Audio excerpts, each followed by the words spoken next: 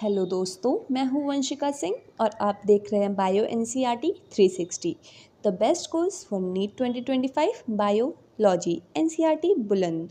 तो आज हम लोग क्या डील करने वाले हैं? आज हम लोग डील करने वाले cell cycle and cell division.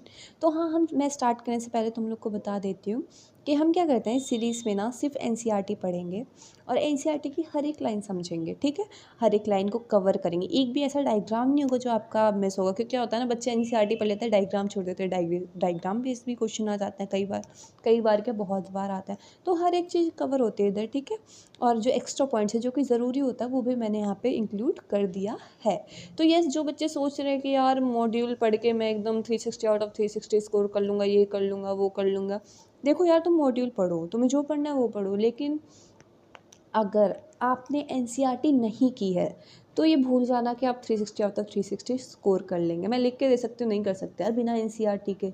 NEET में हर एक क्वेश्चन आपका एनसीईआरटी से आता है, इनडायरेक्टली डायरेक्टली सब क्वेश्चन आपका क्या एनसीईआरटी से आता है। तो इसीलिए तो चलो शुरू करते हैं विथ अवर एनसीईआरटी। और अगर हाँ, ये जो आपको हाईलाइटेड पीडीएफ है मेरा जिससे मैं आपको पढ़ाऊँगी, ये चाहिए तो डिस्क्रिप्शन में मेरा टेलीग्राम चैनल है का लिंक है, आप जाके मेरा टेलीग्राम चैनल ज्वाइन कर लीजिए। क्या होता है, मैं हर एक वीडियो के बाद ना अपने ये पीडीएफ वहाँ पे अपलोड कर देती हूँ। तो चलो शुरू करते हैं with our cell cycle and cell division. तो यार अब आप अपने आसपास देखो, क्या देखने को मिल रहा है? इतने सारे ऑर्गेनिज्म देखने को मिल रहा है। आपके मम्मी पापा, आपका पेट, ये सब लिविंग ऑर्गेनिज्म है। यार अब आप सोचते होगे यार ये सब कैसे बने हैं। ठीक है, जो सारे लिविंग ऑर्गेनिज्म वो कैसे फॉर्म होते हैं? तो जो सारे लिविंग ऑर्गेनिज्म होते हैं ना, वो एक सिंगल सेल से बनते हैं। किससे? एक सेल से बनते हैं। अब ऑन द सेकेंड मतलब दूसरे पॉइंट में आप ये भी सोचोगे यार एक सिंगल सेल इतना बड़ा ऑर्गेनिज्म कैसे बनाता है भाई, कैसे बनाता है? तो ये जो सिंगल सेल है उसके दो कैरेक्टरिस्टिक फीचर हैं। क्या? एक है ग्रोथ और रिप्रोडक्शन। मतलब लिविंग ऑर्गेनिज्म के अंदर जितने भी सेल हैं, तुम्हारे अंदर जितने भी सेल हैं, वो सब ग्रोथ करेंगे, वो सब रिप्रोड्यूस करेंगे, तब जाके बहुत सारे सेल्स मिलकर क्या बनाएंगे? ऑर्गेनिज्म बनाते हैं। अब आप बोलोगे कैसे ग्रोथ करते हैं, कैसे रिप्रोड्यूस करते हैं? तो क्या होता है ना कि एक जो सिंगल सेल होता है वो पहले ग्रो करेगा, फिर वो डिवाइड हो जाएगा दो डॉटर सेल में। ठीक है, अब ये जो डॉटर सेल है वो फर्दर वो ग्रो करेगी और फिर ये भी फर्दर डिवाइड हो जाएगी दो डॉटर सेल में, दो न्यू प्रोजेनी में। और यही साइकिल बार बार रिपीट रिपीट होता रहता है, जिससे क्या होता है, आपका ऑर्गेनिज्म फॉर्म होता है, जिससे आपके मिलियंस ऑफ सेल्स फॉर्म होते हैं। और ये सेल्स फर्दर मतलब मिलकर टिश्यू बनाएंगे, टिश्यू से ऑर्गन और ऑर्गन से ऑर्गन सिस्टम, जिससे हमारा ऑर्गेनिज्म फॉर्म होगा। तो आपकी जो पहला पैराग्राफ है उसमें यही सब गिवन है। एक बार हम एनसीईआरटी रीड कर लेते हैं। तो देखो यही चलेगा हमारा, पहले एक्सप्लेन फिर एनसीईआरटी। ठीक है, तो are you aware that all organism even the largest start their life from what? Single cell, and that single cell is what? Zygote. Okay, तो ग्रोथ एंड रिप्रोडक्शन जो होता है वो कैरेक्टरिस्टिक ऑफ सेल होता है। इवन सारे living organism के जो सेल होते हैं वो ग्रोथ एंड रिप्रोडक्शन शो करते हैं। कैसे? All cell reproduce by dividing into two, giving rise to what? Two daughter cells. Now these newly formed daughter cell themselves grow and divide. ठीक है, forming what? New cell population. ठीक है, in other words आप ये भी कह सकते हो कि जो cycle of growth and division allow करता है single cell to form a structure consisting of millions of cells. ये फर्दर टिश्यू बनाएगा, टिश्यू से ऑर्गन, फिर ऑर्गन से ऑर्गन सिस्टम, जिससे ऑर्गेनिज्म बनता है। ठीक है, तो cycle of growth and division allow करता है single cell to form structure consisting of millions of cell. अब मैं आपसे एक क्वेश्चन पूछती हूँ, क्या ग्रोथ हर एक लिविंग ऑर्गेनिज्म में देखने को मिलती है?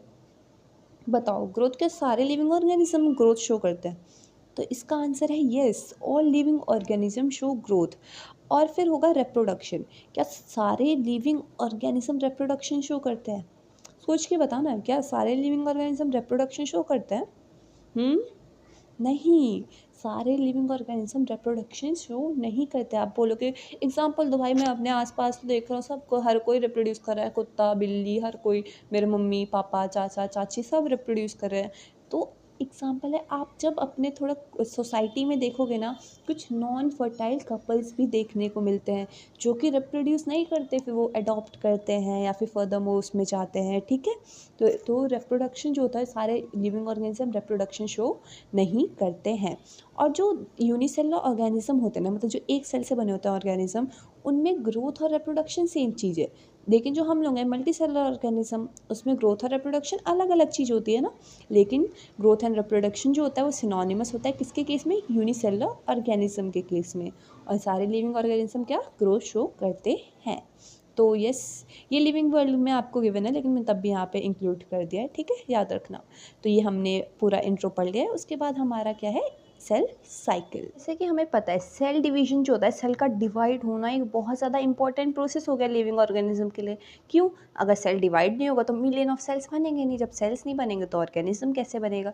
तो सेल डिवीजन जो होता है वो क्या होता है, बहुत ज़्यादा इंपॉर्टेंट प्रोसेस है सारे लिविंग ऑर्गेनिज्म के लिए। अब क्या होता है सेल डिवीजन के लिए क्या क्या ज़रूरत होता है।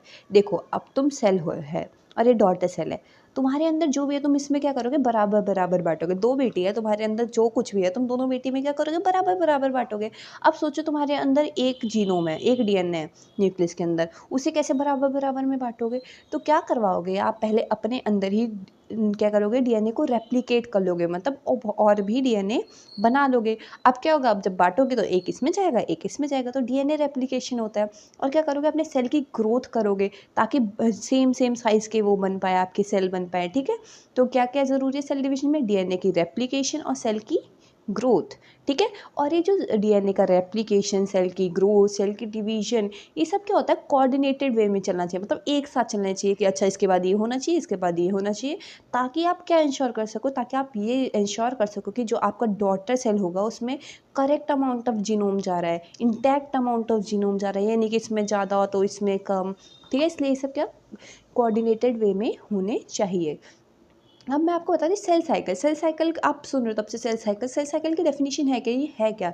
सेल साइकिल जो होता है वो सीक्वेंस ऑफ इवेंट्स होता है, क्या एक सीक्वेंस ऑफ इवेंट है। क्या क्या इवेंट्स हैं क्या, इसके अंदर हमारा सेल जो हमारा डीएनए होता है वो रेप्लिकेट करता है, ठीक है, डीएनए रेप्लिकेशन आता है इसके अंदर। और दूसरी कौन सी चीज़ आती है इसके अंदर, इसके अंदर आती है जो, देखो तुम सेल बांटो, सिर्फ डीएनए तो बांटोगे नहीं, सेल के अंदर जितने भी ऑर्गेनेलीज हैं, ऑर्गेनेलीज जानते हो ना, जितने भी ऑर्गेनेलीज हैं या फिर जितने भी सेल कॉन्स्टिट्यूएंट है वो भी बराबर बराबर बटने चाहिए, तो वो भी बनेंगे, ठीक है। तो सारे जो ऑर्गेनेलीज हैं वो भी बनेंगे, सेल का डीएनए का रेप्लिकेशन होगा, और सारे जो सिंथेसिस होगा, कॉन्स्टिट्यूएंट ऑफ सेल्स की सिंथेसिस होगी, और वो फर्दर क्या करेंगे, डिवाइड कर देंगे डॉटर सेल्स में। तो ये पूरा जो सीक्वेंस ऑफ इवेंट्स होता है इसको हम टर्म कहते हैं सेल साइकिल, ठीक है। इसको क्या कहते हैं हम, सेल साइकिल।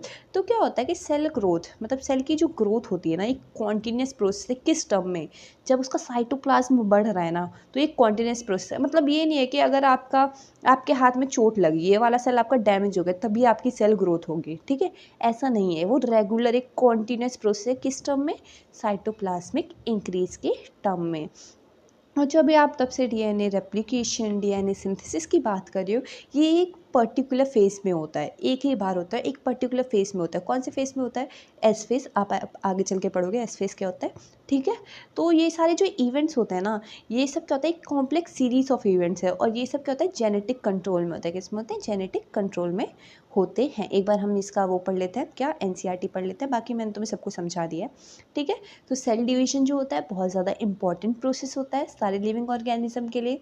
इस प्रोसेस में क्या होता है, डीएनए रेप्लिकेशन और सेल ग्रोथ होता है, ठीक है। सेल डिवीजन के टाइम क्या होता है, डीएनए भी रेप्लिकेट करता है और आपकी सेल की ग्रोथ भी होती है।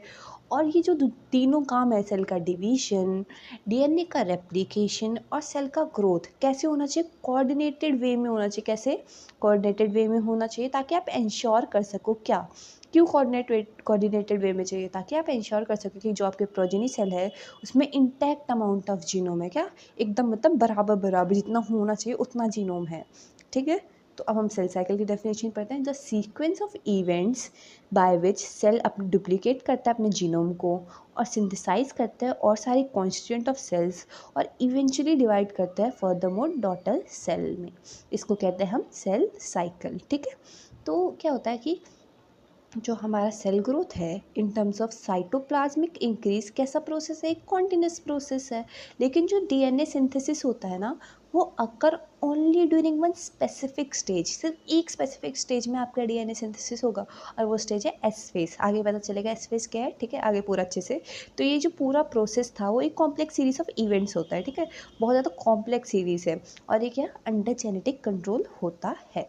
तो हमने ये सेल साइकिल भी पढ़ लिया, अब हम आगे बढ़ेंगे। ओके, जैसे कि अभी हम पढ़ रहे हैं फेसेस ऑफ सेल साइकिल। तो क्या होता है कि हर एक ऑर्गेनिज्म में ना अलग अलग टाइम ड्यूरेशन होता है सेल साइकिल का, किसी में 1 घंटे में जाएगा, किसी में 2 घंटे में, ठीक है। तो जो हमारा ह्यूमन सेल होता है ना, जो कि टिपिकल यूकैरियोटिक सेल है, उसमें कितने घंटे में हमारा सेल साइकिल कंप्लीट होता है? 24 आवर में, कितने 24 घंटे में हमारा एक सेल साइकिल कंप्लीट हो रहा है। और जो हमारा ईस्ट है, ईस्ट जिसमें जो कि फर्मेंटेशन में यूज़ होती है ना, तो जो हमारा ईस्ट सेल है उसके अंदर कितने में हो रहा है? 90 मिनट, 1.5 घंटे में बस कंप्लीट हो रहा है। तो ठीक है, ह्यूमन सेल में 24 आवर सेल साइकिल कंप्लीट होता है, और ईस्ट सेल में कितना? 90 मिनट। तो इस पैराग्राफ में यही गिवन है कि ह्यूमन सेल में 24 आवर में और ईस्ट में 90 मिनट में आपका सेल साइकिल कंप्लीट होता है। तो और जो जो हमारा सेल साइकिल होता है ना, मैं तुम्हें यहाँ पे पूरा एक्सप्लेन कर देती हूँ। वेट अ सेकेंड, मेरे को एक थोड़ा सा खाली जगह चाहिए जिससे ना मैं तुम्हें एक्सप्लेन कर सकूँ। एक बार एक्सप्लेन हो जाए ना तो फिर मज़ा आ जाता है। देखो, तो जो हमारा सेल, तो तुम्हारा क्या होता है, हाँ, तुम्हारा जो सेल साइकिल होता है ना उसमें 2 फेस होते हैं। एक होता है हमारा इंटरफेस और एक होता है आपका एम फेस। अब आप बोलोगे इंटरफेस एम फेस क्या है? एम फेस को ही हम माइटोसिस फेस कहते हैं। क्या कहते हैं? Mitosis face. तो क्या होता है कि दो एम फेस के बीच में, जैसे ये एक एम फेस है, ये एक एम फेस है, दो एम फेस के बीच बीच में दो सक्सेसिव एम फेस के बीच में हमारा आता है इंटरफेस। इंटरफेस, और ये जो एम फेस है ना, यहाँ पे एक्चुअल सेल डिवीजन होगी, यहाँ पे सही मायने में सेल डिवाइड करता है। तुम इसे पता है अपने प्रिपरेशन से कंपेयर करो। क्या होता है कि तुम, क्या होता है कि नीट के दिन वाला जो दिन होता है वहाँ पे एक्चुअल तुम्हारा पता चलता है कि अच्छा भाई तुमने पूरे साल क्या किया है, और जो बीच का टाइम चलता है ना वो इंटरफेस है, जहाँ पे आप क्या कर रहे हो? प्रिपेयर कर रहे हो। आप प्रिपेयर कर रहे हो। आप प्रिपेयर कैसे करोगे? आप सेल की ग्रोथ करवाओगे। सेल की क्या करवाओगे? ग्रोथ करवाओगे। डीएनए की रेप्लिकेशन करवाओगे, ठीक है, ये सब करवाओगे। और एम फेस में क्या करोगे? आपका जो एम फेस होता है ना उसमें दो चीज़ होती है, एक होता है कैरियोकाइनेसिस और एक होता है साइटोकाइनेसिस। नाम से देखो, कैरियोकाइनेसिस, कैरियोकाइनेसिस मतलब न्यूक्लियस का ब्रेकडाउन, ठीक है, और साइटोकाइनेसिस मतलब साइटोप्लाज्म का बराबर बराबर में बंटना, ठीक है, साइटोप्लाज्म का ब्रेकडाउन। तो क्या होता है कि कैरियोकाइनेसिस के अंदर आपका न्यूक्लियर का डिवीजन होता है, साथ ही साथ जो डॉटर क्रोमोसोम होते हैं, डॉटर के अंदर जो क्रोमोसोम जाएंगे उनकी सेपरेशन होती है, और साइटोकाइनेसिस में सिर्फ साइटोप्लाज्म का डिवीजन होगा, ठीक है। तो ये चीज़ याद रखना कि जो दो सक्सेसिव एम फेस के बीच की जो होता है, फेस होता है, उसे हम कहते हैं इंटरफेस, और जो इंटरफेस होता है वो प्रिपरेशन फेज होता है, मतलब रेस्टिंग फेस से आप कहते हो। क्या कहते हो कि आप जब प्रिपेयर कर रहे हो, आपके मम्मी पापा, आपके रिलेटिव्स कहते रहेंगे यार रेस्ट तो कर रहा है, मैं तो इसे कभी पढ़ता हुआ नहीं देखता, ये तो रेस्ट कर रहा है। लेकिन उन्हें क्या पता भाई, तब तुम प्रिपेयर कर रहे हो, तुम सेल की ग्रोथ करवा रहे हो, तुम डीएनए को रेप्लिकेट करवा रहे हो। और सब क्या करता है, सब तुमको किस पे जज करता है? तुम्हें एम फेस पर जज करता है। एम फेस जब आपकी एक्चुअल सेल डिवीजन हो रही होगी, क्या हो रही होगी? एक्चुअल सेल डिवीजन हो रही होगी। कैसे? दो तरीके से, एक होती है कैरियोकाइनेसिस के थ्रू और एक होगी कैसे? आपकी साइटोकाइनेसिस के थ्रू। कैरियोकाइनेसिस में क्या होगा? आपका न्यूक्लियर का डिवीजन होगा और आपके जो डॉटर क्रोमोसोम है उसका सेपरेशन होगा। और साइटोकाइनेसिस में क्या होगा? साइटोकाइनेसिस में बस आपके साइटोप्लाज्म का डिवीजन होगा। तो याद रखना। तो तुम तो बताओ, तुम खुद से बताओ, ज़्यादा टाइम कौन लेता है? इंटरफेस लेता है कि एम फेस लेता है? तुम अपने से कंपेयर करके बताओ, ज़्यादा टाइम कौन सा लेगा, इंटरफेस की एम फेस? तुम ज़्यादा टाइम प्रिपरेशन में लगा रहे हो ना। तुम 2 साल 3 साल 4 साल ड्रॉप ले लेके क्या कर रहे हो? ब्रेक ड्रॉप ले रहे हो, या फिर 11वीं 12वीं में करके प्रिपरेशन कर रहे हो, तो ज़्यादा टाइम तुम क्या कर रहे हो? प्रिपरेशन में लगाते हो। तो याद रखना, जो इंटरफेस होता है वो 95% टाइम लेता है। कितना? 95% टाइम। वही जो माइटोसिस फेस है वो मतलब इसका जो बचा हुआ टाइम होगा वो माइटोसिस फेस। जैसे ह्यूमन सेल है ना, ह्यूमन सेल में समझ लेना 95% जो टाइम होता है, 24 घंटे में तुम्हें पता है सेल साइकिल कंप्लीट होते हैं। तो जो 1 घंटा होता है, जो एक्चुअल 1 घंटा होता है, सिर्फ वहाँ पे क्या होता है? एम फेस होता है, बोलते हो सेल डिवीजन देखने को मिलती है। तो ये पता है, तुम अब समझ गए हुए एक एक चीज़। मैं एक बार आपको क्या एनसीईआरटी रीड करवा देती हूँ। Wait a second. यस, तो हाँ, जो हमारा सेल साइकिल होता है, यस, जो हमारा सेल साइकिल होता है वो दो बेसिक फेसेस में होता है। एक होता है इंटरफेस और एक होता है एम फेस। एम फेस जो होता है वो रिप्रेजेंट करता है एक्चुअल सेल डिवीजन या फिर माइटोसिस, और इंटरफेस क्या होता है, दो सक्सेसिव एम फेस का बीच में जो वो होगा वो रिप्रेजेंट करेगा क्या, इंटर फेस। तुम्हें पता है कि सेल डिवीजन जो होता है वो सिर्फ 1 घंटे तक टिकता है, मतलब जो एम फेस होता है सेल डिवीजन तुम्हें पता है एम फेस में होता है। तो एम फेस जो होता है वो लास्ट करता है सिर्फ 1 घंटे के लिए, और मोर देन 95% टाइम कौन लेता है, आपका इंटरफेस। इंटरफेस कितना लेता है, मोर देन 95% टाइम। और तुम्हें पता है जो एम फेस होता है वो दो चीज़ों से स्टार्ट होता है, एक होता है कैरियोकाइनेसिस, एक होता है साइटोकाइनेसिस।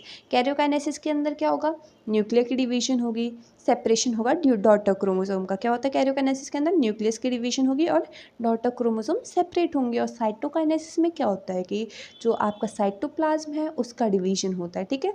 आपको पता है कि आप इंटरफेस को क्या कहते हैं, रेस्टिंग फेस कहा जाता है। आपके टाइम पे भी सेम चीज़ कहा जाता है कि भाई रेस्ट करता रहता है, लेकिन उन्हें पता नहीं है कि रेस्टिंग फेस में क्या हो रहा है, आप सेल को प्रिपेयर कर रहे हो किसके लिए, डिवीजन के लिए। कैसे कैसे, सेल ग्रोथ करवा के, डीएनए की रेप्लिकेशन करवा के, वो भी एक प्रॉपर मैनर में, एक ऑर्डरली मैनर में।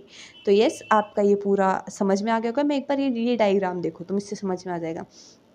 क्या होता है कि ये देखो 95% टाइम कौन ले रहा है, आपका इंटरफेस। मैंने यहाँ पे लिख भी दिया है, जो आपका ये पूरी सेल साइकिल है, ठीक है। सेल साइकिल में मोर देन 95% आपका कौन लेगा, इंटरफेस, जहाँ पे आप प्रिपेयर कर रहे हो, सेल की ग्रोथ करवा रहे हो, डीएनए की रेप्लिकेशन करवा रहे हो। और जो आपका 1 आवर के अबाउट कौन लेगा, एम फेस लेगा, ठीक है। तो ये पूरा सेल साइकिल है। और तुम्हें पता है, अब तुम आगे देखोगे कि जो आपका इंटरफेस है ना वो 3 फेस में बटा हुआ है, G1S G2, ठीक है। किसमें, G1S G2। और आपके एम फेस में आपको भी देखने को मिलेगा प्रोफेस, मेटाफेस, ये मैं आगे बताऊंगी, ठीक है। तो ये अभी हम जो पढ़ने वाले हैं वो है इंटरफेस के बारे में, जिसमें हम G1 फेस पढ़ेंगे, एस फेस पढ़ेंगे और G2 फेस पढ़ेंगे। ये सब क्या है, प्रिपरेटरी फेस, यहाँ पे हम सिर्फ प्रिपेयर करेंगे। किसी में किसी की डुप्लीकेशन करवा रहे होंगे, किसी में किसी की डुप्लीकेशन करवा रहे होंगे, ठीक है। एक बार मैंने तुम्हारे लिए ना इसमें थोड़े एक्स्ट्रा पॉइंट्स भी, ये चीज़ एक बार देख लेना। मैंने ऐसे बना दिया थोड़ा साइकिल जैसा, ताकि तुम्हें याद रहे। तो क्या होता है कि जब माइटोसिस होता है, तुमने सुना होगा इक्वेशनल डिवीजन, आगे पता चलेगा। तो इंटरफेस में कौन कौन सा फेस होता है, एक होता है आपका G1 फेस। G1 फेस में होता क्या है, G1 फेस ना एक मेटाबॉलिकली एक्टिव फेस होता है। ऐसा नहीं कि इनएक्टिव है, क्या है, उसके अंदर सब कुछ चल रहा है भाई। क्या G1 है, उसके अंदर G1 है, ऐसा रखना। G1 फेस, उसके अंदर G1 है, मतलब वो मेटाबॉलिकली, पूछ लेता है कि मेटाबॉलिकली एक्टिव होता है कि मेटाबॉलिकली इनएक्टिव, बच्चे कंफ्यूज हो जाते हैं। तो ऐसा रखना, G1 है उसके अंदर, तो क्या होगा, वो मेटाबॉलिकली एक्टिव होगा। उसके अंदर क्या होगी, कॉन्टिन्यूस ग्रोथ होती है G1 फेस के अंदर। और यहाँ पे क्या होता है, G1 फेस में बहुत सारे ऑर्गेनली फॉर्म्ड होते हैं। मोस्ट ऑफ द ऑर्गेनली आपके कहाँ पे बनेंगे, G1 फेस में बनेंगे। और यहाँ पे क्योंकि तुम्हें पता है एस फेस में ना डीएनए की रेप्लिकेशन होगी, तो उसके लिए जो एंजाइम चाहिए ना वो यहाँ पे बनते हैं, ठीक है।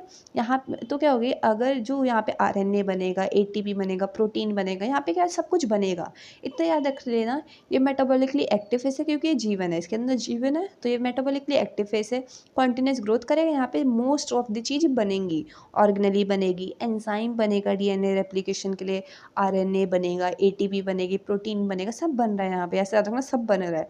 अब क्या होगा कि ये चीज़ मैंने लिखी है, थोड़ा एक्स्ट्रा पॉइंट है कि लेंथ ऑफ द G1 जो होता है शॉर्टर होगा। अगर क्या होगा, एक सेल आपका बार बार डिवाइड कर रहा है, सेल डिवाइड करे जा रहा है, सेल डिवाइड करे जा रहा है। अब आपसे पूछ लेगा कि एक सेल बार बार डिवाइड करे तो कौन सा फेस छोटा होगा, क्या G1 बड़ा होगा कि छोटा होगा। तो याद रखना, जब सेल बार बार डिवाइड कर रहा है तो उसका G1 फेस जो होता है वो छोटा होते जाता है, ठीक है।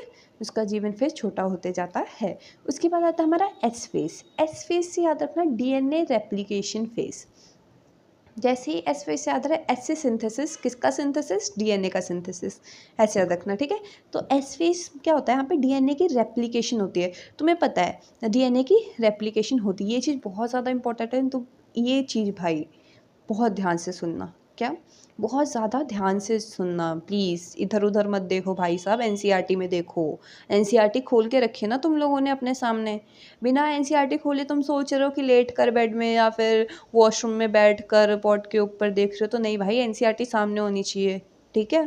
तो यस, आपका एस फेस में क्या होता है कि डीएनए की रेप्लिकेशन होती है, ओके।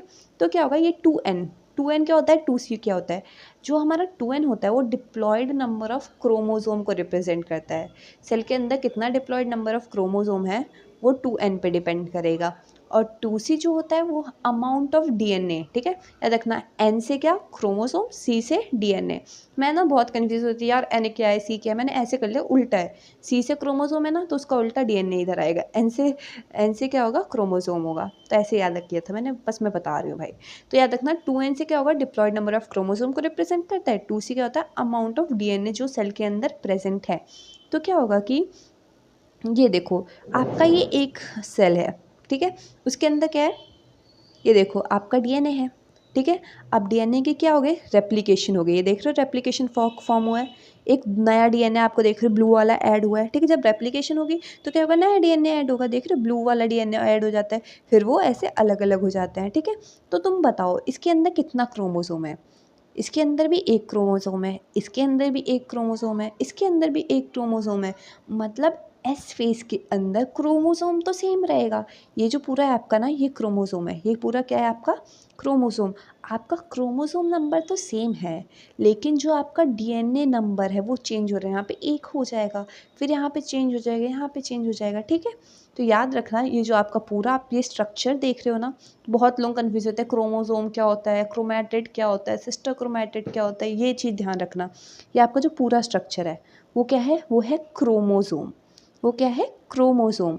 और ये जो ये आपको देखने को मिल रहा है, ठीक है, एक ये है आपके सिस्टर क्रोमैटिड। ये दोनों क्या है, आपके सिस्टर क्रोमैटिड है, एक साथ जुड़े हैं ना, तो ये है सिस्टर क्रोमैटिड, ठीक है। एक क्रोमोसोम के अंदर कितने सिस्टर क्रोमैटिड होंगे, 2 सिस्टर क्रोमैटिड देखने को मिलते हैं, एक ये क्रोमैटिड, एक ये क्रोमैटिड, ठीक है।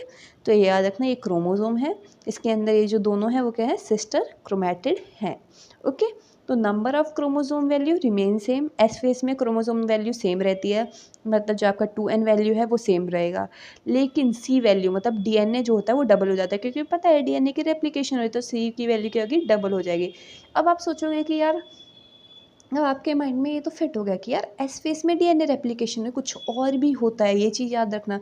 एस फेज में डीएनए रेप्लिकेशन के अलावा सेंट्रियोल की रेप्लिकेशन भी होती है, तुम्हें पता है कि इसके बाद एम फेज आएगा, ठीक है, कि इंटरफेज के बाद एम फेज आएगा, वहाँ पे सेंट्रियोल का बहुत ज़्यादा इंपॉर्टेंट काम है।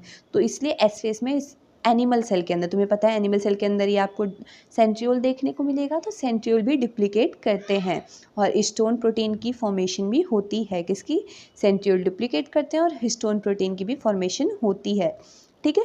तो ये पूरा मैंने आपको एस फेज का बता दिया, 2n 2c क्रोमोसोम क्या है, सिस्टर क्रोमैटिड क्या है, ठीक है। सी की वैल्यू सेम रहती है, सिर्फ जो डबल हो, सॉरी 2n की वैल्यू सेम रहती है, जो सिर्फ डबल होता है वो आपका डीएनए होता है, मतलब 2c वैल्यू डबल होती है किसमें, एस फेज में, ओके, एस फेज में। अब आते हैं हमारे G2 फेज।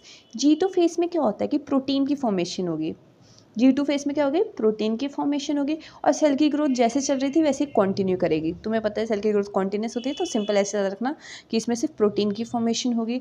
आगे पढ़ोगे तो स्पिंडल फाइबर, उसकी फॉर्मेशन होगी। तुम्हें पता है काइनेटोकोर क्या होता है, पता होगा, मैं तुम्हें लास्ट चैप्टर में बताया काइनेटोकोर के क्या होता है। मैं बताती हूँ, जो क्रोमैटिड है, ये जो सिस्टर क्रोमैटिड है वो जुड़े होते हैं सेंट्रोमेयर पे, और सेंट्रोमेयर के साइड में डिस्क होता है जिसे हम कहते हैं क्या, काइनेटोकोर। तो याद रखना G2 फेज में प्रोटीन बनेगा, स्पिंडल फाइबर बनेगा और काइनेटोकोर बनेगा। प्रोटीन बनेगा, स्पिंडल फाइबर बनेगा और काइनेटोकोर बनेगा। तो चलो हम एक बार अपने इंटरफेस को NCERT से पढ़ लेते हैं। मैंने सब कुछ एक्स्ट्रा जो भी था सब मैंने यहाँ पे एक्स्ट्रा, यार मैंने ना PDF में इंक्लूड कर लिया। मेरे को लगता था यार बच्चे बहुत कन्फ्यूज़ हो जाते हैं, इसलिए किया। क्योंकि पता है यार NCERT में ना कुछ कुछ चीज़ें ना बहुत ज़्यादा कॉम्प्लिकेटेड दी होती है, बच्चे अपने आप कन्फ्यूज़ हो जाए, इसलिए एक बार हम देख लेते हैं। तो आपको जैसे कि पता है इंटरफेज जो होता है फर्दर डिवाइड होता है 3 फेज में। G1 फेज गैप 1 कहते हैं, S फेज सिंथेसिस कहते हैं, G2 फेज गैप 2 फेज कहते हैं।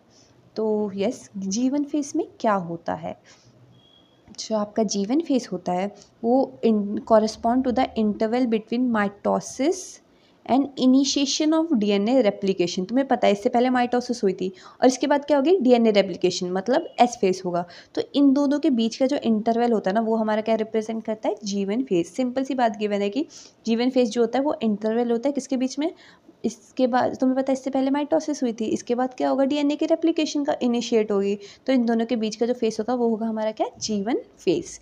और यहाँ पे क्या होता है, एक G1 है, क्योंकि देखो सेल के अंदर जीवन है तो क्या होगा, वो मेटाबॉलिकली एक्टिव होगा। ये तरीका है तुम्हें याद करने का, क्योंकि देखो यार बच्चे कंफ्यूज हो जाते हैं, मेटाबॉलिकली एक्टिव होगा इनएक्टिव होगा। तो ऐसे याद रखना, सेल क्या होते हैं यहाँ पे मेटाबॉलिकली एक्टिव होते हैं। वो क्या करते हैं, कॉन्टिन्यूसली ग्रो कर रहे होते हैं। यहाँ पे तुम्हें पता है कोई डीएनए की रेप्लिकेशन नहीं होगी, क्योंकि डीएनए की रेप्लिकेशन तो हमारे एस फेज करेगा। ओके, तो अब हम आते हैं एस फेज पे। जो एस फेज होता है यहाँ पे डीएनए की सिंथेसिस या फिर रेप्लिकेशन होती है। यहाँ पे क्या होगा, अमाउंट ऑफ डीएनए बोले तो 2n वैल्यू क्या होगी, डबल हो जाएगी। ओके, और 2c then it increases to what, 4c, 2n sorry नहीं 2c। तो यस यहाँ पे क्या होगा, 2c वैल्यू जो होती है वो इंक्रीज हो जाती है किसमें, 4c में, क्योंकि आपको पता है डीएनए डबल हो रहा है तो 2c वैल्यू भी बन जाएगी क्या, 4c। अब तुम्हें पता चल गया 2n क्या है 2c क्या है। मैं कन्फ्यूज हो जाती हूँ, तुम मत कन्फ्यूज होना प्लीज़। ओके, तो याद रखना 2c इंक्रीज होकर क्या हो जाएगी, 4c बन जाएगी। However, there is no increase in chromosome number. Chromosome number मतलब 2n वैल्यू में कोई भी चेंज नहीं देखने को मिलेगा। ठीक है, तो इन एनिमल सेल सेंट्रियोल का डुप्लीकेशन भी देखने को मिलता है। एनिमल सेल में क्या, सेंट्रियोल का डुप्लीकेशन भी देखने को मिलेगा एस फेज के टाइम। ओके, किसमें, एस फेज के टाइम। उसके बाद आता है हमारा G2 फेज। G2 फेज में मैंने कुछ चीज़ें याद करने को बोली थी, प्रोटीन की सिंथेसिस। एक्स्ट्रा में मैंने बताया था स्पिंडल फाइबर और काइनेटोकोर, लेकिन जो एनसीईआरटी में सिर्फ ये है कि प्रोटीन की सिंथेसिस होती है और क्या होता है सिंथेसिस। हाँ, यहाँ पे सेल ग्रोथ जो होता है कॉन्टिन्यूस होता है, कंटिन्यू करता है। ठीक है, सेल ग्रोथ इस यहाँ पे कंटिन्यू करता है। तो तुम्हें ये तीनों फेज अच्छे से याद हो गए होंगे, G1 फेज, एस फेज और G2 फेज। तुम पता है क्या करो करो यार, आइज़ क्लोज करा करो, जो चीज़ लगे यार ये चीज़ याद नहीं, बार बार खुद को समझाया करो, खुद को बोला करो, तुम्हें अपने आप चीज़ें याद हो जाएगी। ऐसा करो कि तुम पढ़ा रहे हो। ओके, ऐसे करा करो। ये देखो मैंने तुम्हें यहाँ पे भी अच्छे से सब डायग्राम बनाए, ये सब आपको मिल जाएगा यार। मेरे टेलीग्राम चैनल पे जाके ज्वाइन कर लेना। ठीक है, टेलीग्राम चैनल ज्वाइन करना, वहाँ पे पूरी PDF अवेलेबल है, आराम से पढ़ना यार, एकदम चिलो के यार। देखो टेंशन लेकर नहीं पढ़ना चाहिए, मैं बायो इतनी प्यारी चीज़ है ना, टेंशन लेकर कभी मत पढ़ना बायो को। एकदम फ्री माइंड, अपने अंदर हर चीज़ इमेजिन कर करके पढ़ो, फील आएगी, और फील बहुत ज़रूरी है। ओके, तो चलो हम अभी आगे बढ़ते हैं। तो जैसे कि तुम्हें पता है कुछ सेल जो होते हैं वो डिवीज़न नहीं करते। तुम्हें पता है कि हार्ट सेल जो है, आपका हार्ट के अंदर जितने भी सेल है वो डिवीजन शो नहीं करते हैं। और कुछ सेल ऐसे भी होते हैं जो सिर्फ ओकेशनली डिवाइड करेंगे, जैसे कि अगर आपके कोई चोट लग गई फिर वहीं पे डिवीजन होगी। कुछ ऐसे सेल होते हैं अगर चोट लगेगी तभी वो डिवाइड करेंगे, तभी वहाँ पे नए सेल बनेंगे, नए सेल से वो रिप्लेस होंगे। तो क्या होता है कि आप ये देखते हो कि एडल्ट एनिमल में कुछ जो होते हैं सेल होते हैं वो डिवीजन ही नहीं दिखाते, जैसे कि हार्ट सेल। और कुछ ऐसे भी सेल होते हैं जो कि ओकेशनली डिवाइड करते हैं। ठीक है, जब उन्हें क्या होता है कि जब क्या होता है चोट लग गई या फिर कोई सेल डेथ हो गई, नए सेल को लाना है, वो तभी डिवाइड कर देते हैं। और जो ऐसे सेल जो कि डिवाइड नहीं करते वो क्या करते हैं, वो जीवन फेज को छोड़ देंगे। जो क्या है, जैसे हार्ट सेल है उसे डिवाइड नहीं करना, वो क्या करेगा, जीवन फेज को एग्जिट कर देगा और एक एंटर कर जाएगा इनएक्टिव स्टेज में। कैसे, एक इनएक्टिव स्टेज में एंटर कर जाएगा। और ये जो इनएक्टिव स्टेज है उसे हम कहते हैं क्वेसेंट स्टेज। क्या, क्यूसेंट स्टेज क्या कहते हैं, जिसे हम ये देख लो ना, थोड़ा मैं प्रोनाउंस अगर गलत कर रही हूँ तो क्यूसेंट स्टेज कहते हैं, जिसे हम G0, ये जो G0 देख रहे हो ना इसे G0 बोलते हैं। ठीक है, तो क्या होता है कि जो सेल डिवाइड नहीं करते या फिर जो ओकेशनली डिवाइड करते हैं वो जीवन फेज को एग्जिट कर जाएंगे, जीवन से बाहर चले जाएंगे। ऐसे याद रख लेना, तुम हो, तुम्हारा मन भर चुका है पढ़ाई लिखाई से, तुम क्या करोगे, जीवन से बाहर चले जाओगे। जीवन से बाहर चले जाओगे, किस में जाओगे, G0 में, जहाँ पे तुम एकदम इनएक्टिव हो जाओगे, एकदम सुन्न पड़ जाओगे। ठीक है, तो याद रखना जीवन फेज से अब तुम क्या करोगे, तुम जीवन से एग्जिट तो कर गए, लेकिन तुम मर गए हो, तुम्हारा पढ़ने का मन नहीं है, तुम जीवन से एग्जिट करके G0 में चले गए, इनएक्टिव स्टेज में चले गए, क्या तुम मेटाबॉलिकली इनएक्टिव हो जाओगे, बताओगे, तुम खुद का इमेजिन करके दिखाओ। बताओ तो क्या तुम मेटाबॉलिकली एक्टिव रहोगे या मेटाबॉलिकली इनएक्टिव रहोगे, बताओ। मेटाबॉलिकली एक्टिव रहोगे ना, तुम्हारी डेथ तो नहीं हुई है ना, तुम्हारा जब मन तब, जैसे भी तुम G0 में गए, तुम्हारा मन हुआ नहीं भाई मेरे को कम बैक करना है, मेरे को इस बार नीट करके दिखाना है भाई, जितने भी रिलेटिव है ना तो आए थे ना सबको आंसर देना है, तुम क्या करोगे, कम बैक ले लोगे। तो ऐसे याद रखना, तुम मेटाबॉलिकली एक्टिव तो होते हो, सिर्फ ये क्या है, एक इनएक्टिव स्टेज जहाँ पे आपने बस कुछ काम करना छोड़ दिया कि यार नहीं भाई अब मैं इतना थक चुका हूँ कि यार थोड़ा ब्रेक चाहिए मेरे को, एक बार ब्रेक मिल जाए उसके बाद जो मैं कम बैक करूँगा ना यार, सब देखते रह जाएंगे भाई, डायरेक्ट डॉक्टर अपने नाम के सामने लगाऊंगा। तो यही होता है आपका G0 फेस, या फिर बोल तो क्यूसेंट फेस। ठीक है। Cell in this stage remain metabolically active but no longer proliferate unless called on to do so. इसका मतलब ये है कि इसके अंदर जो सेल होते हैं वो मेटाबॉलिकली एक्टिव है, लेकिन ये तब तक कोई काम नहीं करेंगे जब तक उन्हें कोई बोले ना, मतलब कोई मोटिवेट ना करे कि भाई कर, भाई तेरे को करना पड़ेगा। तो ऐसा याद रखना, मेटाबॉलिकली एक्टिव होते हैं लेकिन तब तक प्रोलिफरेट नहीं करते जब तक कोई उन्हें कहे ना करने को, ठीक है। Depending on the requirement of the organism के रिक्वायरमेंट पे काम करते हैं। तो आपका जी नॉट फेस हो गया। ये वाला डायग्राम देखो, यहाँ पे जी नॉट फेस गिवन है, देखो आपके इस डायग्राम में ना, हर एक डायग्राम को तुम्हें बता देती हूँ ताकि तुम्हारे माइंड में रहे। कहीं पूछ डायग्राम आ जाना यार, तुम्हारे माइंड में होना चाहिए, मेरे को लगता है। तो क्या होगा, देखो ये जीवन से कुछ सेल क्या हुआ है, बाहर चले गए, ठीक है। ये देखो, ये जो कुछ सेल थे ये पूरा साइकिल कंप्लीट करेगा, और कुछ सेल देख रहे हो बाहर चले गए जीवन से, किस में चले गए, जी नॉट फेज में, इनएक्टिव स्टेज में चले गए। इसमें मेटाबॉलिकली एक्टिव तो है लेकिन ये काम नहीं करेंगे जब तक इन्हें कोई कहेगा नहीं भाई तुम कोई काम कर लो यार, कुछ ज़िंदगी में करो, आगे बढ़ो। कोई मोटिवेट नहीं करेगा, इतने ज़्यादा हार चुके हैं अपने ज़िंदगी से, ओके। लेकिन एक बार करते हैं तो फिर मस्त कमबैक लेंगे, ठीक है। तो क्या होगा कि आपको, तुम्हें पता है एनिमल सेल में जो माइटोटिक डिवीजन है वो सिर्फ डिप्लॉयड सेल में देखने को मिलेगी। अब तुम बोलोगे कैसे, माइटोटिक डिवीजन जानते हो ना, एक इक्वेशनल डिवीजन है, तो ये किस में देखने को मिलेगी आपको, सिर्फ डिप्लॉयड सेल में देखने को मिलती है। याद रखना, एनिमल के अंदर माइटोटिक डिवीजन सिर्फ डिप्लॉयड में देखने को मिलती है, लेकिन कुछ एक्सेप्शन भी है, जैसे कि मेल हनी भी, इसमें हैप्लॉइड में भी आपको माइटोटिक डिवीजन देखने को मिलती है। किसमें, हैप्लॉइड में भी आपको माइटोटिक डिवीजन देखने को मिलती है, ठीक है। लेकिन प्लांट के अंदर दोनों में, हैप्लॉइड में भी डिप्लॉयड में भी। किसमें, हैप्लॉइड में भी डिप्लॉयड में भी। तो ये चीज़ याद रखना, एनिमल में माइटोसिस किस में होती है, सिर्फ आपके डिप्लॉयड में होती है। एक्सेप्शन उसका याद रखना, एक्सेप्शन है male honey bee. Male honey bee जो होता है, क्या होगा, माइटोटिक डिवीजन क्या होगा, 2n है, डिप्लॉयड में देखने को मिलते हैं हमारे एनिमल सेल के अंदर। 2n से 2n ही बनेगा, 2n से 2n भी ही बनेगा, लेकिन एक एक्सेप्शन है। वो एक्सेप्शन क्या है, मेल हनी बी, जो कि क्या होगा, हैप्लॉइड। बोले तो एन इज हैप्लॉइड। याद रखना, जो 2n हम कहते हैं ना, ये डिप्लॉयड होता है, और एन क्या है, हैप्लॉइड होता है। बच्चे कंफ्यूज हो जाते हैं यार, छोटी छोटी चीज़ बता देनी चाहिए मेरे को लगता है। तो हैप्लॉइड सेल में ही क्या होगा, डिवीजन होगा, वो एन से एन बनाएंगे, ठीक है। किसमें, मेल हनी बी में। और जो प्लांट है उसमें दोनों में होगी, आपके हैप्लॉइड में भी और क्या, डिप्लॉयड में भी। इसके बाद जो हमारा है वो, हम तुमने सब पढ़ लिया, आपने इंटरफेस पढ़ लिया, इंटरफेस के तीनों फेस पढ़ लिए, जी नॉट फेस पढ़ लिया। जो हमारा फेस अभी बच रहा है वो बच रहा है क्या, एम फेस। एम फेस बोले तो माइटोटिक फेस, ठीक है। तो हम ये पढ़ना शुरू करते हैं, ठीक है। तो एम फेस में तो मैंने तुम्हें बताया कैरियोकाइनेसिस होता है, जिसमें क्या होता है, न्यूक्लियस की डिवीजन होगी, और साथ ही साथ जो क्रोमोसोम है, डॉटर क्रोमोसोम, वो सेपरेट होंगे। और साइटोकाइनेसिस बोलते तो साइटोप्लाज्म की डिवीजन होती है। तो कैरियोकाइनेसिस के अंदर हमारे 4 स्टेप आते हैं, वो है प्रोफेस, मेटाफेस, एनाफेस, टीलोफेस। तुम ऐसे याद कर सकते हो, पीएम एट, ठीक है, ऐसे पीएम एट कैरियोकाइनेसिस, ठीक है। पीएम कहाँ पे है, कैरियोकाइनेसिस पे। बस एक मतलब नॉर्मली जस्ट, क्योंकि बच्चे थोड़ा कंफ्यूज हो जाते हैं ना, इसलिए पीएम एट कैरियोकाइनेसिस, मतलब पीएम कहाँ पे है, कैरियोकाइनेसिस पे, ऐसे मतलब थोड़ा समझ रहे हो। प्रोफेस, मेटाफेस, एनाफेस, टीलोफेस, उसके बाद क्या, साइटोकाइनेसिस। तो अब हम इस चीज़ को क्या डिटेल में पढ़ेंगे। जो हम, तुम्हें पता है जो हमारा एम फेस होता है ना, वो एक इक्वेशनल डिवीजन होता है। कैसा डिवीजन होता है, इक्वेशनल डिवीजन है। आपको बताओ एम फेस किस में देखने को मिलेगा। एम फेस जो होता है वो आपके सोमैटिक सेल में होता है। सोमैटिक सेल मतलब जो आपके प्रॉपर पूरे बॉडी में जो सेल होते हैं ना, उन्हें हम कहते हैं सोमैटिक सेल। तो आपका एम फेस सोमैटिक सेल में होता है। यहाँ पे कोई वेरिएशन देखने को नहीं मिलेगी, क्योंकि ये इक्वेशनल डिवीजन, मतलब जितना पहले क्रोमोसोम था वही क्रोमोसोम बाद में भी रहेगा। मतलब पहले अगर 2n क्रोमोसोम था, बाद में भी जितना क्रोमोसोम मतलब पेरेंट सेल में, उतना ही किस में जाएगा, प्रोजेनी में भी 2n ही जाएगा। इसलिए यहाँ पे कोई वेरिएशन देखने को नहीं मिलती। कोई वेरिएशन नहीं है तो कोई इवोल्यूशन नहीं होगी, ठीक है। और ये किस लिए होता है, एम फेस होता किस लिए, रीजनरेशन के लिए। मतलब क्या है कि आपके ये सेल है सोमैटिक सेल में हो रहा है, मतलब बॉडी के सेल में हो रहा है। बॉडी के सेल क्या हो गया, चोट लग गया, तो यहाँ पे अगर नया सेल लाना है आपको, ठीक है, नया सेल से रिप्लेस करना है, तो इसलिए किस लिए, रीजनरेशन के लिए यूज़ होता है। तो ये चीज़ बहुत ज़्यादा ज़रूरी है। बच्चे कंफ्यूज हो जाते हैं यार, एम फेस किस में होता है, मियोसिस, आगे मियोसिस पढ़ोगे वो किस में होता है। तो ये चीज़ याद रखना, जो एम फेस होता है वो आपके सोमैटिक सेल में होता है।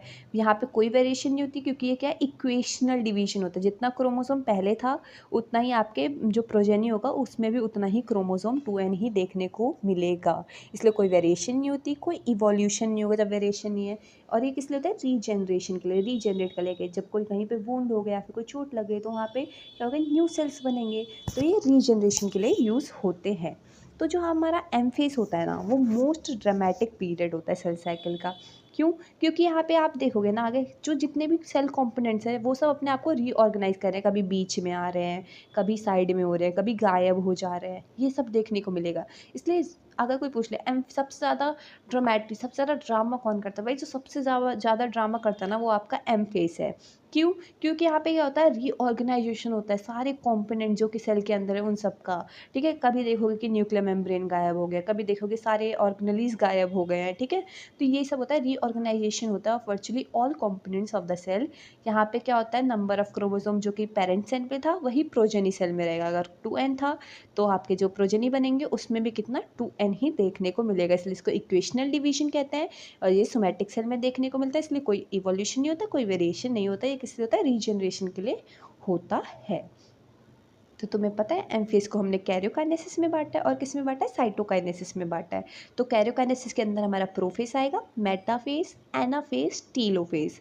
और एक चीज़, जो आपका सेल डिवीजन है ना, एक प्रोग्रेसिव प्रोसेस है। ठीक है, सब कुछ अच्छा ही होते जा रहा है, इसमें बढ़ता ही जा रहा है। इसीलिए क्या होता है कि बहुत ज़्यादा क्लियर कट लाइन नहीं ड्रॉ कर सकते। मतलब आप ये नहीं कह सकते अच्छा प्रोफेज के बाद जब ये चीज़ हो जाएगी तभी मेटाफेज स्टार्ट हो जाएगी, जब ये चीज़ हो जाएगी तभी एनाफेज स्टार्ट होगी, ऐसा कोई क्लियर कट लाइन नहीं ड्रॉ कर सकते। तो याद रखना, सेल डिवीजन एक प्रोग्रेसिव प्रोसेस है जहाँ पे एक आप बहुत क्लियर कट लाइन ड्रॉ नहीं कर सकते। अभी हम कैरियोकाइनेसिस के 4 स्टेप पढ़ते हैं, प्रो, मेटा, एना, टीलो। हर एक चीज़ को हम डिटेल में पढ़ेंगे। और मैंने ना साइड में ये डायग्राम्स बना रखे जो कि तुम्हारे ना काफ़ी यूज़फुल होंगे तुम्हें समझने के लिए। ठीक है, तो क्या होता है कि जब स्टार्टिंग में आप सेल को देखोगे, स्टार्टिंग में आपका सेल है, सेल के अंदर सब कुछ क्या है, ऐसे ही पड़ा हुआ है, सारा क्रोमोसोम ऐसे डिटेंगल ऐसे फंसे हुए हैं एक दूसरे के अंदर। ठीक है, फैले हुए हैं, ऐसे ही पड़े होते हैं। तो प्रोफेज में क्या होगा कि जो आपका क्रोमोसोम है वो कंडेंस होगा। क्या होगा, आपका जो जीनोम है वो कंडेंस होगा, मतलब एक साथ आएंगे, पास पास आएंगे, अच्छे से अपने आप को अलाइन करेंगे। ठीक है, तो यहाँ पे क्या होगी, कंडेंसेशन होती है, बहुत ज़्यादा इंपॉर्टेंट है। क्रोमोसोम की क्या, कंडेंसेशन देखने को मिलेगी। जो आपका सेंट्रियोल जो कि आपका एस फेस में बना था वो अपोजिट पोल की तरफ चले जाएंगे। से सेल है ना, यहाँ पे सेंट्रियोल जो बीच बीच में पड़े होंगे वो क्या होंगे, अपोजिट पोल पे चले जाएंगे। आपका जो क्रोमोसोम है वो कंडेंस हो जाएगा, मतलब अच्छे फॉर्म में देखने को मिलेगा, ऐसे क्रोमोसोम फॉर्म में देखने को मिलेगा। ठीक है, आपका जीनोम जो है वो कंडेंस होने लगेगा। ठीक है, सेंट्रियोल पोल पे चले जाएंगे। ये सब जो होता है मेन चीज़ होती है आपके प्रोफेज के अंदर। एक बार हम एनसीईआरटी पढ़ते हैं। ये देखो, तो मैंने तुम्हें यहाँ पे दिखाई है कि देख रहे हो आप कैसे आपके सेंट्रियोल आपके किधर चले गए, पोल्स पे चले गए हैं, और आपके जो क्रोमोसोम है वो अच्छे से कंडेंस हो गए हैं। ठीक है, क्या होता है यहाँ पे 2n वैल्यू, मैं इसकी बात कर रही हूँ, इस डायग्राम की बात कर रही हूँ। अब डायग्राम में देख के बताओ कि यहाँ पे क्रोमोसोम कितना है। ठीक है, 2n कितना है और 2c कितना है, आपको देखने को मिलेगा। 2n बोले तो क्रोमोसोम 1 2 3 4, कितने क्रोमोसोम है, 4 क्रोमोसोम है। लेकिन डीएनए कितने हुए, 8 डीएनए है। डीएनए कितने, 8 डीएनए है। ओके, एक इसमें होगा, एक इसमें, एक इसमें, एक इसमें, ऐसे करके कितना 8 डीएनए है आपके पास। ओके, तो हम पढ़ते हैं प्रोफेज के बारे में। तो प्रोफेज जो होता है वो फर्स्ट स्टेज होता है कैरियोकाइनेसिस का, जहाँ of mitosis follows the SN G2 phase के बाद आपको प्रोफेज देखने को मिलता है। तुम्हें जैसे कि पता है SN G2 फेज में क्या हुआ था, न्यू डीएनए मॉलिक्यूल्स फॉर्म हुए थे जो कि डिस्टिंक्ट नहीं थे। तुम्हें पता है SN G2 में नया डीएनए रेप्लिकेशन तो हुई थी, लेकिन वो एक दूसरे से ऐसे अलग नहीं थे, एकदम इंटरट्वीन, ऐसे एक दूसरे के अंदर से कचड़ मचड़ करके पड़े हुए थे। ठीक है, तो SN G2 फेज में जो कि हमारा जो न्यू डीएनए मॉलिक्यूल था वो फॉर्म हुआ था, लेकिन वो अलग अलग नहीं थे, बल्कि वो क्या थे, इंटरट्वीन्ड थे, एक दूसरे में से एकदम होता है ना फंसे हुए। जैसे तुम्हारा बाल तुम कुछ दिन झाड़ो नहीं तो कैसे से हो जाते हैं, तो वैसे से डीएनए थे। ठीक है, तो हमारे प्रोसेस कैसे स्टार्ट होता है, प्रोसेस का जो सबसे पहले स्टार्टिंग होती है ना वो कंडेंसेशन ऑफ क्रोमोसोमल मटेरियल से ही होती है। क्रोमोसोमल मटेरियल यहाँ पे एक दूसरे से पास पास अच्छे से सुंदर सुंदर शेप में आते हैं। ठीक है, कंडेंस होते हैं, अनटेंगल होते हैं। जैसे आपके बाल आप अनटेंगल करते हो ना, झाड़ते हो उसे जब बहुत ज़्यादा ऐसे हो जाते हैं, तो ऐसे ये भी अनटेंगल होते हैं। और इसका जो सेंट्रोसोम है वो क्या होगा, वो अपोजिट पोल पे चले जाते हैं। तुम्हें पता है सेंट्रोसोम क्या होता है, मैंने लास्ट उसमें बताया था, जब दो सेंट्रियोल परपेंडिकुलर होंगे साथ में, एमॉर्फस पेरीसेंट्रियोलर ए वो होगा मटेरियल होगा, वो उसे सेंट्रोसोम कहते हैं। लास्ट चैप्टर में अच्छे से बताया मैंने तुम्हें, सेंट्रोसोम सेंट्रियोल में कंफ्यूज मत होना। ओके, तो कंडेंसेशन होगा, सेंट्रोसोम क्या होगा, अपोजिट पोल में चला जाएगा, ये दोनों चीज़ मैंने बताई थी। ठीक है, तो ये फाइनल जो पॉइंट्स है, the completion of prophase can दस बी मार्क्ड बाय द, जब प्रोफेज कंप्लीट हो जाएगा तो ये सब चीज़ें आपको देखने को मिलेंगी। क्या क्या चीज़ें देखने को मिलेंगी? जो क्रोमोसोमल मटेरियल होगा वो कंडेंस हो गया होगा किसके फॉर्म, ताकि वो फॉर्म कर सके कॉम्पैक्ट माइटोटिक क्रोमोसोम, ताकि आप प्रॉपर क्रोमोसोम देखने को मिल सके। क्रोमोसोम जो होता है वो सीन होते हैं, are seen to be compose of 2 chromatids. Chromosome जो होते हैं वो 2 क्रोमैटिड्स में देखने को मिलते हैं। तो जैसे कि मैंने बताया कि तो क्रोमोसोम्स क्या होते हैं, यहाँ पे 2 क्रोमैटिड से बने होते हैं। तो पता है सिस्टर क्रोमैटिड्स। तो जो क्रोमोसोम होता है वो कंपोज होता है 2 क्रोमैटिड से, जो कि अटैच्ड होता है किससे, तुम्हें पता है, ये देखो क्रोमोसोम है, ये अटैच्ड किससे, सेंट्रोमियर से अटैच्ड होता है। क्योंकि देखो ये पहले पॉइंट में बस ये बोला गया कि जो क्रोमोसोम होते हैं वो कंडेंस हो जाते हैं प्रॉपरली, ठीक है। और ये जो 2 क्रोमैटिड है, 2 सिस्टर क्रोमैटिड्स हैं, ये जो 2 क्रोमैटिड होते हैं वो अटैच होते हैं किस पे, सेंट्रोमियर पे, सेंट्रोमियर पे। अब दूसरी चीज़ क्या होता है, जो आपका सेंट्रोसोम था, जो कि डुप्लीकेशन में गया था इंटरफेस के टाइम, कौन से फेस में गया था, इंटरफेस में कौन से उसमें गया था, किसमें, एस के टाइम, एस के टाइम, एस फेस में जब सेंट्रोसोम डुप्लीकेट हुआ था, उसके बाद क्या होता है, इसमें ये क्या होता है, ऑपोजिट पोल की तरफ चला जाता है, किस में चला जाता है, ऑपोजिट पोल की तरफ चला जाता है। और सारे जो सेंट्रोसोम होते हैं, देख मैं तुम्हें बताती हूँ, जो सारे सेंट्रोसोम होंगे ना, देखो पोल पे ये सेंट्रोसोम है, पोल पे ये सेंट्रोसोम है, इसके तो ऐसे ना माइक्रोट्यूब्यूल निकलेगा। माइक्रोट्यूब्यूल मैंने तुम्हें बताया साइटोस्केलेटल स्ट्रक्चर है, ठीक है। लास्ट चैप्टर में बहुत ज़्यादा इंपॉर्टेंट चैप्टर है, पढ़ लेना। जो छोटे छोटे वर्ड्स जिससे तुम कंफ्यूज हो रहे हो, क्रोमोसोम ये वो सब उसमें एक्सप्लेन्ड है, इसीलिए वो चैप्टर इंपॉर्टेंट है, ठीक है। तुम्हें अगर वो चैप्टर देखना है तो NCERT बुलंद प्लेलिस्ट में अच्छे से सब एक्सप्लेन्ड है, आप ओपन करके देख सकते हो। मैं लास्ट में प्रोवाइड कर दूँगी आपको वो प्लेलिस्ट, ओके। तो जो आपका जो सेंट्रोसोम है उससे ऐसे क्या होता है, माइक्रोट्यूब्यूल्स निकले होते हैं, जिन्हें हम क्या कहते हैं, एस्टर कहते हैं। इन्हें हम क्या कहेंगे, एस्टर कहेंगे, ठीक है। सेंट्रोसोम से जो माइक्रोट्यूब्यूल निकलते हैं उन्हें हम क्या कहते हैं, एस्टर कहते हैं। और ये जो 2 एस्टर हैं विद स्पिंडल फाइबर, ये जो 2 एस्टर हैं, ठीक है, एक ही एस्टर हो गया, एक ही एस्टर हो गया, साथ में ये स्पिंडल फाइबर जो कि यहाँ से निकलेगा, ठीक है, जो कि क्या करेगा, अभी क्रोमोसोम से जुड़ेगा। इन सबको मिला के आपको पता है क्या कहोगे, माइटोटिक अपैरेटस। क्या कहोगे, माइटोटिक अपैरेटस। मैं तुम्हें एक और बार एक्सप्लेन करती हूँ माइटोटिक अपैरेटस क्या है और एस्टर क्या है। आप थोड़ा कंफ्यूज हो गए होगे, मैं तुम्हें इधर देखो ध्यान से, ठीक है। क्या होता है कि ये सेल है, वेट सेकेंड, ये क्या हो रहा है, रुको ना 2 मिनट। देखिए ये आपका सेल है, ठीक है। सेल में क्या हुआ, इस प्रोफेस में जो मैं तुम्हें बता रही हूँ, आपका क्रोमोसोम अच्छे से कंडेंस हो चुका है। 2 क्रोमैटिड किससे, सेंट्रोमेयर से चिपके हुए हैं, मतलब जॉइंट है। क्या होता है, आपके सेंट्रोसोम पोल्स की तरफ चले गए हैं, इनसे निकल रहा है आपका एस्टर। क्या निकल रहा है, ये एस्टर। तो ये 2 एस्टर हो गए। अब क्या होगा, इन ही सेंट्रोसोम से क्या निकलते हैं, ऐसे ऐसे करके स्पिंडल फाइबर निकलते हैं। क्या निकलते हैं, स्पिंडल फाइबर निकलता है, जो कि सेंट्रोमियर से जुड़ते हैं, जो कि किससे जुड़ते हैं, सेंट्रोमियर से जुड़ते हैं। तो ये एस्टर, स्पिंडल फाइबर, ये जो 2 पेयर ऑफ एस्टर है, साथ साथ में जो स्पिंडल फाइबर है, ये सब मिलकर क्या बनाता है, माइटोटिक अपैरेटस। माइटोटिक अपैरेटस मतलब जो माइटोसिस में हेल्प कर रहा है। तो क्या, माइटोटिक अपैरेटस हो सकता है। तुम्हें इस डायग्राम से हर एक चीज़ अच्छे से समझ आ गई होगी, ठीक है। तो ये 2 पॉइंट आता है हमारा किसके अंदर, हमारे प्रोफेस के अंदर, ओके। अब मैं आगे मूव ऑन करती हूँ। और क्या होता है ना कि मतलब जब तक प्रोफेस ख़त्म होता है ना, लास्ट में आपको देखने को मिलेगा जितनी भी ऑर्गेनेलीज हैं, जैसे कि आपका गोल्जाई कॉम्प्लेक्स हो गया, ER हो गया, एंडोप्लाज्मिक रेटिकुलम हो गया, न्यूक्लियोलस हो गया, मतलब न्यूक्लियस के अंदर जो मेम्ब्रेनलेस वो स्ट्रक्चर था, न्यूक्लियोलस। और जो न्यूक्लियर एनवलप है वो भी क्या होता है, गायब होने लगता है। क्या होने लगता है, गायब होने, डिसअपियर होने लगता है, ठीक है। तो by the end of prophase, जब हम माइक्रोस्कोप के अंदर देखते हैं, क्या क्या गायब हो जाएगा, गोल्जी कॉम्प्लेक्स गायब हो जाएगा, एंडोप्लाज्मिक रेटिकुलम, न्यूक्लियोलस और न्यूक्लियर एनवलप गायब हो जाएगा। एक बार आप ये स्ट्रक्चर देखो, आपको प्रोफेस प्रॉपर समझ में आ जाएगा। जैसे इस डायग्राम में क्या है ना कि ये अर्ली प्रोफेस और क्या लेट प्रोफेस, मतलब जब प्रोफेस स्टार्ट हुआ था उसका मैंने यहाँ पे कुछ दे दिया, आप पढ़ लेना, इतना कुछ नहीं है, सेम ही चीज़ है, बस मैंने अच्छे से वो कर दिया, ठीक है। ये चीज़ पढ़ लेना। तो क्या है कि अर्ली प्रोफेस में तुम क्या देखने को मिले, ध्यान से देखो, आपके जो क्रोमोसोम है देख रहे हो कैसे डिटेंगल्ड ऐसे फैले हुए हैं, थोड़ा थोड़ा, बस थोड़ा सही से हुए, कंडेंस किए गए हैं। ये देख रहे हो, न्यूक्लियर एनवलप पूरी जॉइंट है। अब क्या होगा, लेट प्रोफेज में लास्ट प्रोफेज तक आपको क्या देखने को मिलेगा कि आपका क्रोमोसोम अच्छे से है, आपका जो न्यूक्लियर एनवलप है उसमें भी क्या है कि वो अच्छे से डिसइंटीग्रेट होने लगी है, ठीक है। ये सब चीज़ें आपको देखने को मिलेंगी, इस डायग्राम से आपको समझ में आ गया होगा, ठीक है। तो अभी हम बढ़ेंगे किसकी तरफ, मेटाफेज की तरफ। तो तुमने प्रोफेज अच्छे से पढ़ लिया। प्रोफेज में चीज़ें जो याद रखने वाली है, क्रोमोसोम कंडेंस होता है, आपका सेंट्रोमेयर अपोजिट पोल की तरफ भागता है, ठीक है। एस्टर पता है तुम्हें, स्पिंडल फाइबर पढ़ा है, माइटोटिक अपैरेटस पढ़ा है, लास्ट में सारी ऑर्गेनेलिज गायब होने लगते हैं, न्यूक्लियर एनवलप भी गायब हो जाता है। ये पूरा इन शॉर्ट था आपका प्रोफेज के बारे में। अब आता है मेटाफेज। देखो जब भी तुम मेटाफेज याद रखना, एम से स्टार्ट होता है, ठीक है। दो चीज़ याद रखना, मिडल और मॉर्फोलॉजी। अब आगे तुम्हें पता चलेगा मिडल और मॉर्फोलॉजी क्यों याद रखनी है। बस ये माइंड में रखना, एम से जब भी आए मिडल भी और मॉर्फोलॉजी भी याद रखना। मैंने इसलिए देखो यार नोट्स में समय एक एक वर्ड भाई, ऐसे कोई वर्ड नहीं होता जो मैं इंक्लूड नहीं करती। जो मैं बोल रही हूँ ना सब कुछ तुम्हें मेरे इस मतलब नोट्स क्या बोल रही हूँ एनसीईआरटी में देखने को मिलेगा। नोट्स कुछ नहीं भाई, पायो में कोई नोट्स नहीं, इतना टाइम नहीं भाई वेस्ट करना, ठीक है। तो क्या होता है कि द कंप्लीट मेटाफेज में क्या होता है कि जो न्यूक्लियर एनवलप जब पूरा डिसइंटीग्रेट हो जाता है तब हमारा मेटाफेज क्या होता है, स्टार्ट होता है, जो कि हमारा क्या है, सेकंड फेज है माइटोसिस का।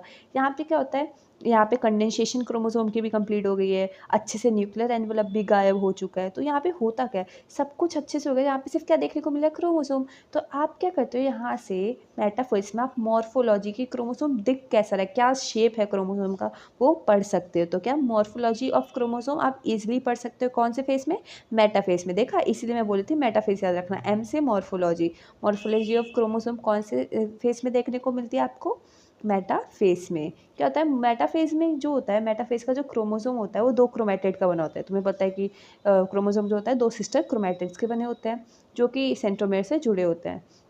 और तुम्हें पता है काइनेटोकोर क्या होता है, स्मॉल डिक शेप स्ट्रक्चर होता है, जो कि सेंट्रोमेयर के एंड पे होता है। एक और बार बता दे रही हूँ भाई, बच्चों ने लास्ट वाला ना देखो तो, ये आपका क्रोमोसोम है, क्रोमेटिड है, ये सेंट्रोमेयर होगा, ठीक है। इसके साइड में डिस्क शेप स्ट्रक्चर होगा, जिसे हम क्या कहते हैं, काइनेटोकोर कहते हैं। काइनेटोकोर से क्या होगा कि ये साइड, ये वो स्ट्रक्चर है जो कि साइड प्रोवाइड करेगा अटैचमेंट ऑफ स्पिंडल फाइबर से के लिए। मतलब ये देख रहे हो, ये जो स्पिंडल फाइबर है ना, ये स्पिंडल फाइबर ये कहाँ पे जुड़े हैं, ये आपके काइनेटोकोर पे जुड़े हैं, ठीक है। ये जो स्पिंडल फाइबर है कहाँ पे जुड़े हैं, काइनेटोकोर पे जुड़े हैं। तो इसीलिए क्या होता है कि आपका जो काइनेटोकोर होता है वो साइट ऑफ अटैचमेंट प्रोवाइड करता है, किसके लिए, आपके उसके लिए। तो यस, क्या होता है ना, इसमें जो आपके क्रोमोसोम होते हैं वो सब कहाँ सेंटर पे लाई करते हैं, कहाँ पे, बीच में आ जाते हैं, मिडल इसलिए बोला था मैंने, तुम्हें याद रखना। इक्वेटर पे सारे क्रोमोसोम आ जाते हैं, स्पिंडल फाइबर से देख रहे हो काइनेटोकोर से ऐसे जुड़ जाता है। ये प्रॉपर शेप देख रहे हो तुम, यहाँ पे मॉर्फोलॉजी भी तुम्हें पता चल रही है कि कौन से शेप का क्रोमोसोम है। और एम से बीच में, मतलब बीच में लाई करता है, इक्वेटर पे लाई करते हैं। और ये जो जिस प्लेट पे लाई करते हैं ना, इस प्लेट को कहते हैं, मतलब जिस उसमें लाई करते हैं उसे कहते हैं मेटाफेसिक प्लेट। क्या कहते हैं सर, मेटाफेस प्लेट। तो इस पूरे उसमें वही गिवन है कि lie at equator plane of alignment, जिस प्लेन ऑफ अलाइनमेंट जहाँ पे वो अलाई कर रहे हैं क्रोमोसोम, उसे हम कहते हैं मेटाफेस प्लेट, ठीक है। तो ये दो पॉइंट जो मतलब ये होता है आपका पूरा समरी, ठीक है, जो मेन चीज़ है। स्पिंडल फाइबर क्या होता है, अटैच होंगे काइनेटोकोर के, क्रोमोसोम के काइनेटोकोर पे, और क्रोमोसोम जो होते हैं वो इक्वेटर पे आ जाते हैं और अलाइंड हो जाता है किस में, मेटाफेसिक प्लेट में, किसके थ्रू, स्पिंडल फाइबर के थ्रू, किस, दोनों पोल से, ठीक है। उसके बाद आता है हमारा एनाफेज। हमारा प्रोफेस हो गया, मेटाफेस हो गया, हमारा बचा एनाफेस और क्या, टीलोफेस। पीएम पढ़ लिया हमने, ऐड पढ़ना है, ठीक है। तो एनाफेज क्या है, onset of anaphase of each chromosome arrange at metaphasic plate is split simultaneously and two daughter chromatid nor refer to as daughter chromatid, ठीक है।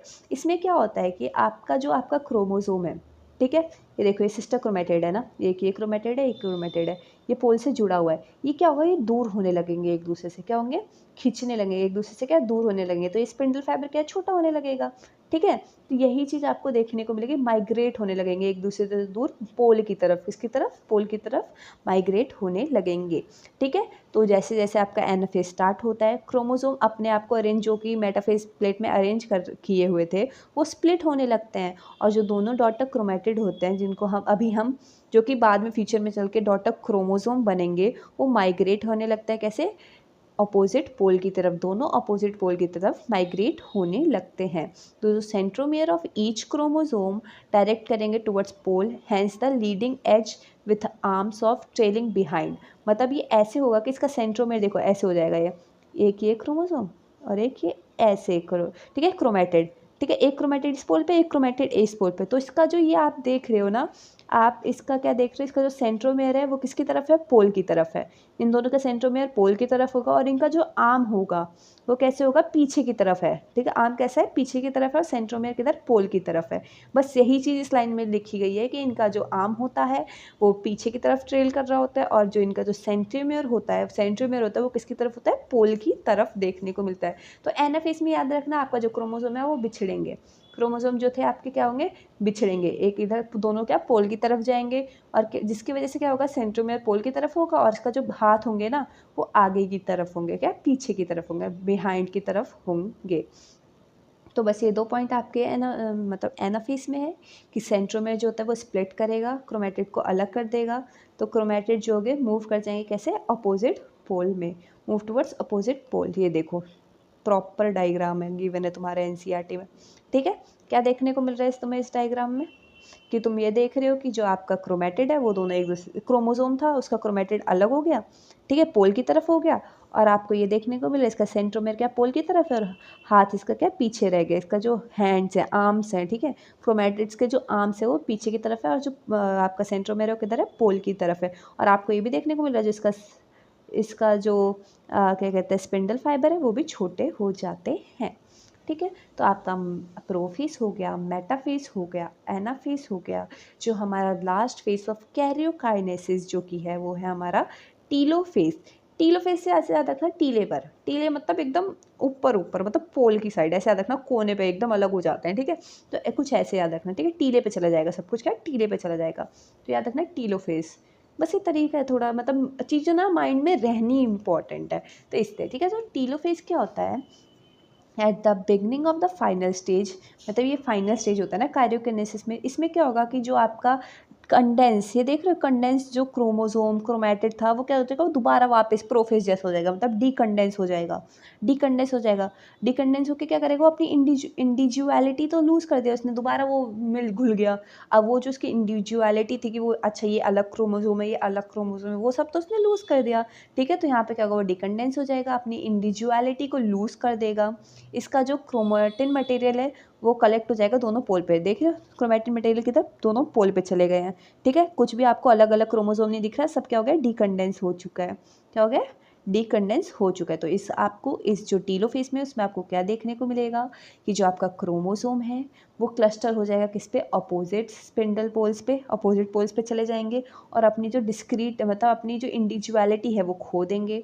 इनका जो न्यूक्लियर एनवलप है दोबारा बन जाएगा। यहाँ पे जो चीज़ प्रोफेज में गई थी ना, ऐसे याद रखना, जो चीज़ तुमने प्रोफेज में खोई है वो सब टीलोफेज में लाओगे तुम, न्यूक्लियर एनवलप वापस आ जाएगा और क्या दोनों पोल में आ जाएगा। ठीक है, और जो आपका न्यूक्लियोलस गायब हुआ था, गोल्गी कॉम्प्लेक्स गायब हुआ था, ईआर गायब हुआ था, सब कुछ वापस आ जाएगा। तो अब सब कुछ पोल की तरफ क्या वापस आ जाएगा। ओके, तो यही चीज़ है। देखो तुम देखो माइटोसिस में तुमने देखा स्टार्टिंग में क्या था, माइटोसिस की स्टार्टिंग में क्या था, 2n कितना था, 2c कितना था, 2n आपको देखने को मिला था, 2n भी आपको 4 देखने को मिला था। क्या है कि इसमें ये चीज़ है, एक सेल के अंदर तुम्हें क्या दो न्यूक्लियस देखने को मिल रहे हैं। टीलोफेज में क्या एक ही सेल है लेकिन दो न्यूक्लियस। अब धीरे धीरे करके क्या होगा, साइटोकाइनेसिस हो गया, मतलब साइटोप्लाज्म बटेगा और ऐसे सेल के दोनों सेल अलग हो जाएंगे, ऐसे बनेंगे आपके डॉटर सेल। ऐसे क्या बनेंगे आपके डॉटर सेल। साइटोकाइनेसिस कैसे होती है, साइटोकाइनेसिस में क्या होता है, सेल इटसेल्फ डिवाइड करेगा दो डॉटर सेल में, कैसे, साइटोप्लाज्म की सेपरेशन से। कैसे, साइटोप्लाज्म की सेपरेशन से, उसे तो हम साइटोकाइनेसिस कहते हैं। देखो क्या होता है कि एनिमल सेल में ना अलग तरीके से होती है साइटोकाइनेसिस और प्लांट सेल में अलग तरीके से होगी। अब आप पूछोगे यार एनिमल सेल में कैसे होती है, एनिमल सेल में ना फरो बनाती है। क्या होगा कि देखो जैसे आपका आपका टीलों पे था ना, अभी टीले पे न्यूक्लियस है समझ लो, क्या होगा अंदर की तरफ ये फरो ना अंदर की तरफ घुसता रहेगा, ऐसे ऐसे ऐसे ऐसे करके ये दोनों फिर क्या हो जाएंगी, अलग अलग सेल बन जाएंगी। ठीक है, तो फरो जो होता है वो डीपेंस, ठीक है, फरो अंदर की तरफ आता रहता है, ऐसे ऐसे करके वो अंदर की तरफ आता रहता है आता रहता है आता रहता है और ऐसे फिर चल के अलग अलग हो जाते हैं आपके एनिमल सेल। क्योंकि तुम्हें पता है एनिमल में तो ये प्लाज्मा मेम्ब्रेन है, ठीक है, तो इसलिए। तो एक बार पढ़ लेते हैं हम, एनिमल सेल में जो होता है आपको फरो देखने को मिलेगा प्लाज्मा मेम्ब्रेन का। ठीक है, फरो देखने को मिलेगा प्लाज्मा मेम्ब्रेन में। ये फरो जो होता है धीरे धीरे डीप हो जाता है, होता रहता है, ठीक है, और क्या लास्ट में सेंटर को ज्वाइन कर लेगा, ठीक है, जिसके वजह से साइटोप्लाज्म जो होता है दो में बढ़ जाता है, ठीक है। और प्लांट में क्या होगा, पी से पी याद रखना, पी से सेल प्लेट, पी से प्लेट बनेगा, प्लांट में प्लेट बनेगा। थोड़ा कन्फ्यूज हो जाता है कि बच्चे अच्छा किस में प्लेट बनेगा किस में फरो बनेगा, तो याद रखना पी से प्लेट, प्लांट में प्लेट बनेगा। तुम्हें पता है प्लांट में क्या होता है, सेल वॉल होता है, तो वहाँ पे प्लेट ही बनेगा, वहाँ पे कोई फरो वरो नहीं बन सकता, दो दो चीज़ को तोड़नी पड़ेंगी, समझ रहे हो। तो ऐसे याद रखना। तो क्या होता है प्लांट में, क्या होता है एक रियली इनएक्सटेंसिबल सेल वॉल, मतलब बहुत ज़्यादा मजबूत सेल वॉल होता है। इसलिए क्या होता है यहाँ पे जो साइटोकाइनेसिस होता है वो थोड़ा अलग मैकेनिज्म में होता है। यहाँ पे क्या होता है, यहाँ पे होता है आपका सेल प्लेट की फॉर्मेशन। मैं तुम्हें बताती हूँ, जैसे आपका ये सेल था, इसमें क्या होता है कि बीच से सेल प्लेट बनना शुरू करेगा, बाहर की तरफ जाएगा और लास्ट में ऐसे बन जाएगा, और इसको ना ये बीच में रिप्रेजेंट करेगा मिडल लैमिला की तरह। मिडल लैमिला जो कि नेबरिंग सेल को कनेक्ट करता है, मैंने तुम्हें पहले बताया है, पिछले चैप्टर में सब पढ़ा रखा है भाई, मिडल लैमिला क्या है, ये क्या है, वो क्या है, ठीक है। तो ये मिडल लैमिला की तरह एक्ट करेगा। तो कैसे कैसे कैसे होता है, बीच से सेल प्लेट शुरू होगा और साइड की तरफ बढ़ता जाएगा, ठीक है। तो सेल प्लेट क्या बीच से बनना शुरू होता है और क्या साइड की तरफ बढ़ता जाएगा। और वहीं एनिमल सेल में हमने क्या देखा था, फरो होता है जो कि साइड से अंदर की तरफ आता है, जो कि क्या साइड से अंदर की तरफ आता है, ओके। तो यस एक बार पढ़ लेते हैं हम, एक बार एनसीईआरटी रीड कर लेते हैं प्लांट के लिए, उसके लिए तो हमने रीड कर लिया। तो जो हमारा, ओके मेरा ना ये काफ़ी वो कर रहा है, यस हो गया। तो जो हमारे प्लांट सेल होते हैं उनमें पता है सेल वॉल होते हैं, इसलिए वो उनका जो सेल वॉल की फॉर्मेशन होती है वो स्टार्ट होती है सेंटर से, बाहर की तरफ जाएगी, लेटरल वॉल्स को मिल जाता है, बाहर की तरफ जाते हैं साइड साइड वाली वॉल को ये सेल प्लेट मिल जाता है। और ये जो न्यू सेल वॉल फॉर्म हुई है ना, वो किसकी वजह से फॉर्म हुई है, सेल प्लेट की वजह से। जो न्यू सेल वॉल आपको देखने को मिली जो कि अंदर से बाहर की तरफ फॉर्म हो रही है, किसकी वजह से फॉर्म हुई है, सेल प्लेट की वजह से फॉर्म हुई है, ठीक है। जो कि इवन मिडल लैमिला को रिप्रेजेंट करता है। मिडल लैमिला तुम्हें पता है वॉल होती है दो सेल के बीच की, ठीक है, दो बगल बगल के सेल के बीच की जो वॉल होती है ना, उसे हम कहते हैं मिडल लैमिला। ये मिडल लैमिला को भी रिप्रेजेंट कर रहा है। सेल प्लेट याद रखना, सेल प्लेट से ही आपका सेल वॉल बना और सेल प्लेट ही आपके क्या मिडल लैमिला को भी रिप्रेजेंट कर रहा है, ठीक है। मिडल लैमिला जो होता है दो एडजेसेंट सेल के साइटोप्लाज्म को जोड़ के रखता है, ठीक है। उसके बाद क्या होता है, at the time of cytoplasmic division organelles जैसे कि माइटोकॉन्ड्रिया हो गए, प्लास्टिड हो गए, वो भी डिस्ट्रीब्यूट हो जाते हैं, क्योंकि हर चीज़ देखो बराबर बटना है। तो याद रखना साइटोप्लाज्म मतलब साइटोकाइनेसिस के टाइम ही जो ऑर्गेनेलीज हैं जैसे कि माइटोकॉन्ड्रिया, प्लास्टिड, ये सब डिस्ट्रीब्यूट हो जाते हैं दोनों बेटियों के बीच में, दोनों डॉटर सेल्स के बीच में, ठीक है। इन सम ऑर्गेनेलीज, कुछ ऑर्गेनेलीज में क्या होता है, अब क्या हुआ, कैरियोकाइनेसिस तो हुआ, आपका न्यूक्लियस तो बढ़ गया, लेकिन क्या है कि आपका न्यूक्लियस बढ़ गया, आपने न्यूक्लियस बांट दिया, लेकिन साइटोकाइनेसिस नहीं हुआ। तो इस कंडीशन को क्या कहोगे, मल्टी न्यूक्लिएट हो जाओगे। मतलब एक सेल है लेकिन दो न्यूक्लियस है, एक सेल दो न्यूक्लियस, तो क्या हो जाओगे आप, मल्टी न्यूक्लिएटेड हो जाओगे।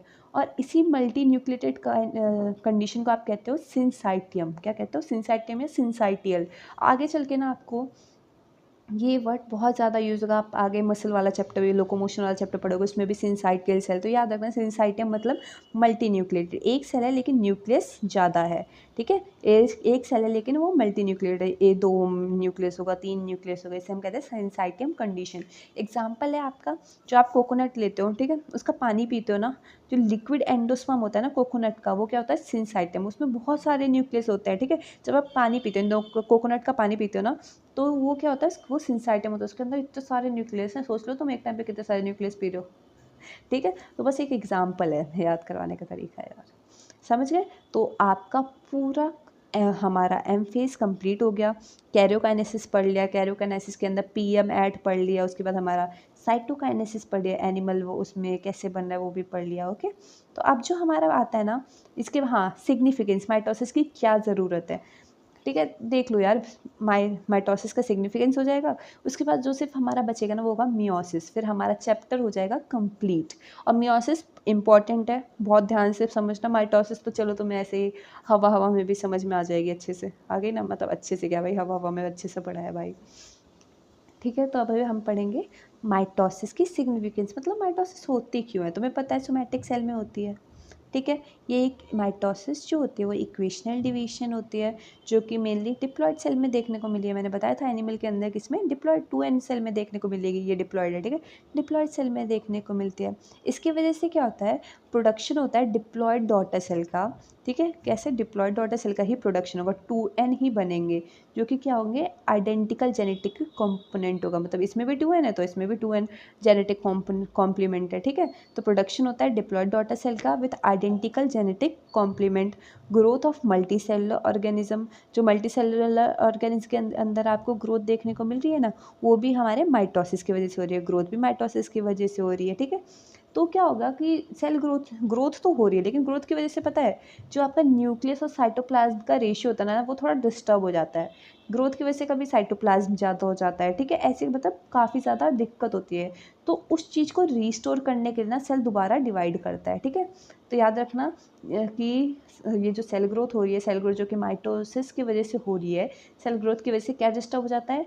न्यूक्लियस और साइटोप्लाज्म का रेशियो डिस्टर्ब हो जाता है। तो उसको वापस पाने के लिए सेल क्या करता है? दोबारा डिवाइड कर देता है कि चल ठीक है, तू ज़्यादा हो रहा है, मैं डिवाइड कर देता हूँ, इसमें बराबर बराबर बराबर बराबर बांट दूंगा। तो सेम चीज़ होती रहती है।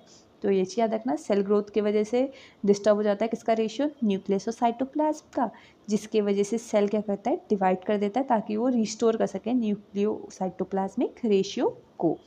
तो और बहुत ज़्यादा ज़रूरी है, तुम्हें पता है सेल रिपेयर के लिए मैंने तुम्हें पहले ही बता दिया था कि सोमैटिक सेल के रिपेयर के लिए भी यूज़ होता है, ठीक है। क्या होता है कि जो अपर लेयर होती है एपिडर्मिस की, जैसे आपकी स्किन हो गई, ठीक है, जो उसके ऊपर की जो सबसे ऊपर की लेयर है ना एपिडर्मिस की, वो या फिर लाइनिंग ऑफ गट हो गई या फिर ब्लड सेल की जो लेयर हो गई, वो क्या होती है? कॉन्स्टेंटली रिप्लेस होती रहती है। आपकी स्किन के ऊपर की लेयर रिप्लेस होती रहती है, आपके गट के जो लाइनिंग है ना वो भी रिप्लेस होते रहते हैं, ब्लड सेल्स की रिप्लेस होती रहती है, ठीक है। किसके थ्रू? माइटोसिस के थ्रू। किसके थ्रू? माइटोसिस के थ्रू। तो माइटोटिक डिवीजन जो होता है आपको मेरिस्मेटिक टिश्यू में देखने को मिलेगा। किस में देखने को मिलेगा? मेरिस्मेटिक टिश्यू तुम्हें पता है ये क्या कॉन्टिन्यूस ग्रोथ शो करते हैं। तो कॉन्टिन्यूस ग्रोथ किसकी वजह से होगी? माइटोसिस की वजह से। तुम्हें पता है माइटोसिस क्या ग्रोथ में बहुत ज़्यादा हेल्प करता है। तो इसलिए मेरिस्मेटिक टिश्यू में ये पूछ लिया जाता है कि मेरिस्मेटिक टिश्यू में कौन सी डिवीजन देखने को? माइटोटिक की मियोसिस? तो ये चीज़ याद रखना कि माइटोसिस डिवीजन देखने को मिलती है आपको मेरिस्मेटिक टिश्यू में, जैसे कि एपिकल या फिर लेटरल कैम्बियम में, ठीक है। जिसकी वजह से क्या होता है? कॉन्टिन्यूस ग्रोथ होती है प्लांट में थ्रू आउट देयर लाइफ। तो मैं देखते हो ना प्लांट बढ़ते रहते हैं किसकी वजह से? माइटोटिक डिवीजन की वजह से, जो कि इसके मेरिस्मेटिक टिश्यू में देखने को मिलती है। ओके। तो मेरे को क्लियर हो गया कि तुम्हें अच्छे से इंटरफेस एम फेस सब समझ में आ गया होगा। ये पता है हमने माइटोसिस कंप्लीट कर लिया, अभी हम पढ़ रहे हैं मियोसिस, ठीक है। तो क्या होता है, जैसे मैं तुम्हें बता दे रही हूँ, माइटोसिस में आपने देखा कि माइटोसिस क्या इक्वेशनल डिवीजन था। वहाँ पे अगर आपने डिप्लॉयड में देखने को मिलता है माइटोसिस, ठीक है। तो अगर आपने डिप्लॉयड सेल लिया है तो उसका जो डॉटर सेल बनेंगे उनमें भी डिप्लॉयड ही देखने को मिलेगी।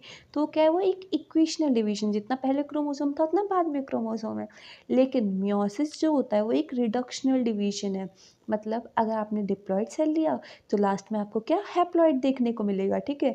और इसमें क्या होता है ना, मियोसिस में एक मदर सेल से 4 प्रोजेनी सेल देखने को मिलेंगे, 4 डॉटर सेल, जो कि क्या होंगे? हैप्लॉयड होंगे। अगर आपने डिप्लॉयड लिया तो जो 4 बनेंगे ना वो हैप्लॉयड बनेंगे। तो याद रखना, एक मदर सेल से कितने? 4 डॉटर सेल बनते हैं। और ये आपको मियोसिस देखने को किस में मिलते हैं? मियोसिस जो होते हैं आपके जर्म सेल्स में देखने को मिलते हैं। जर्म सेल्स क्या होता है?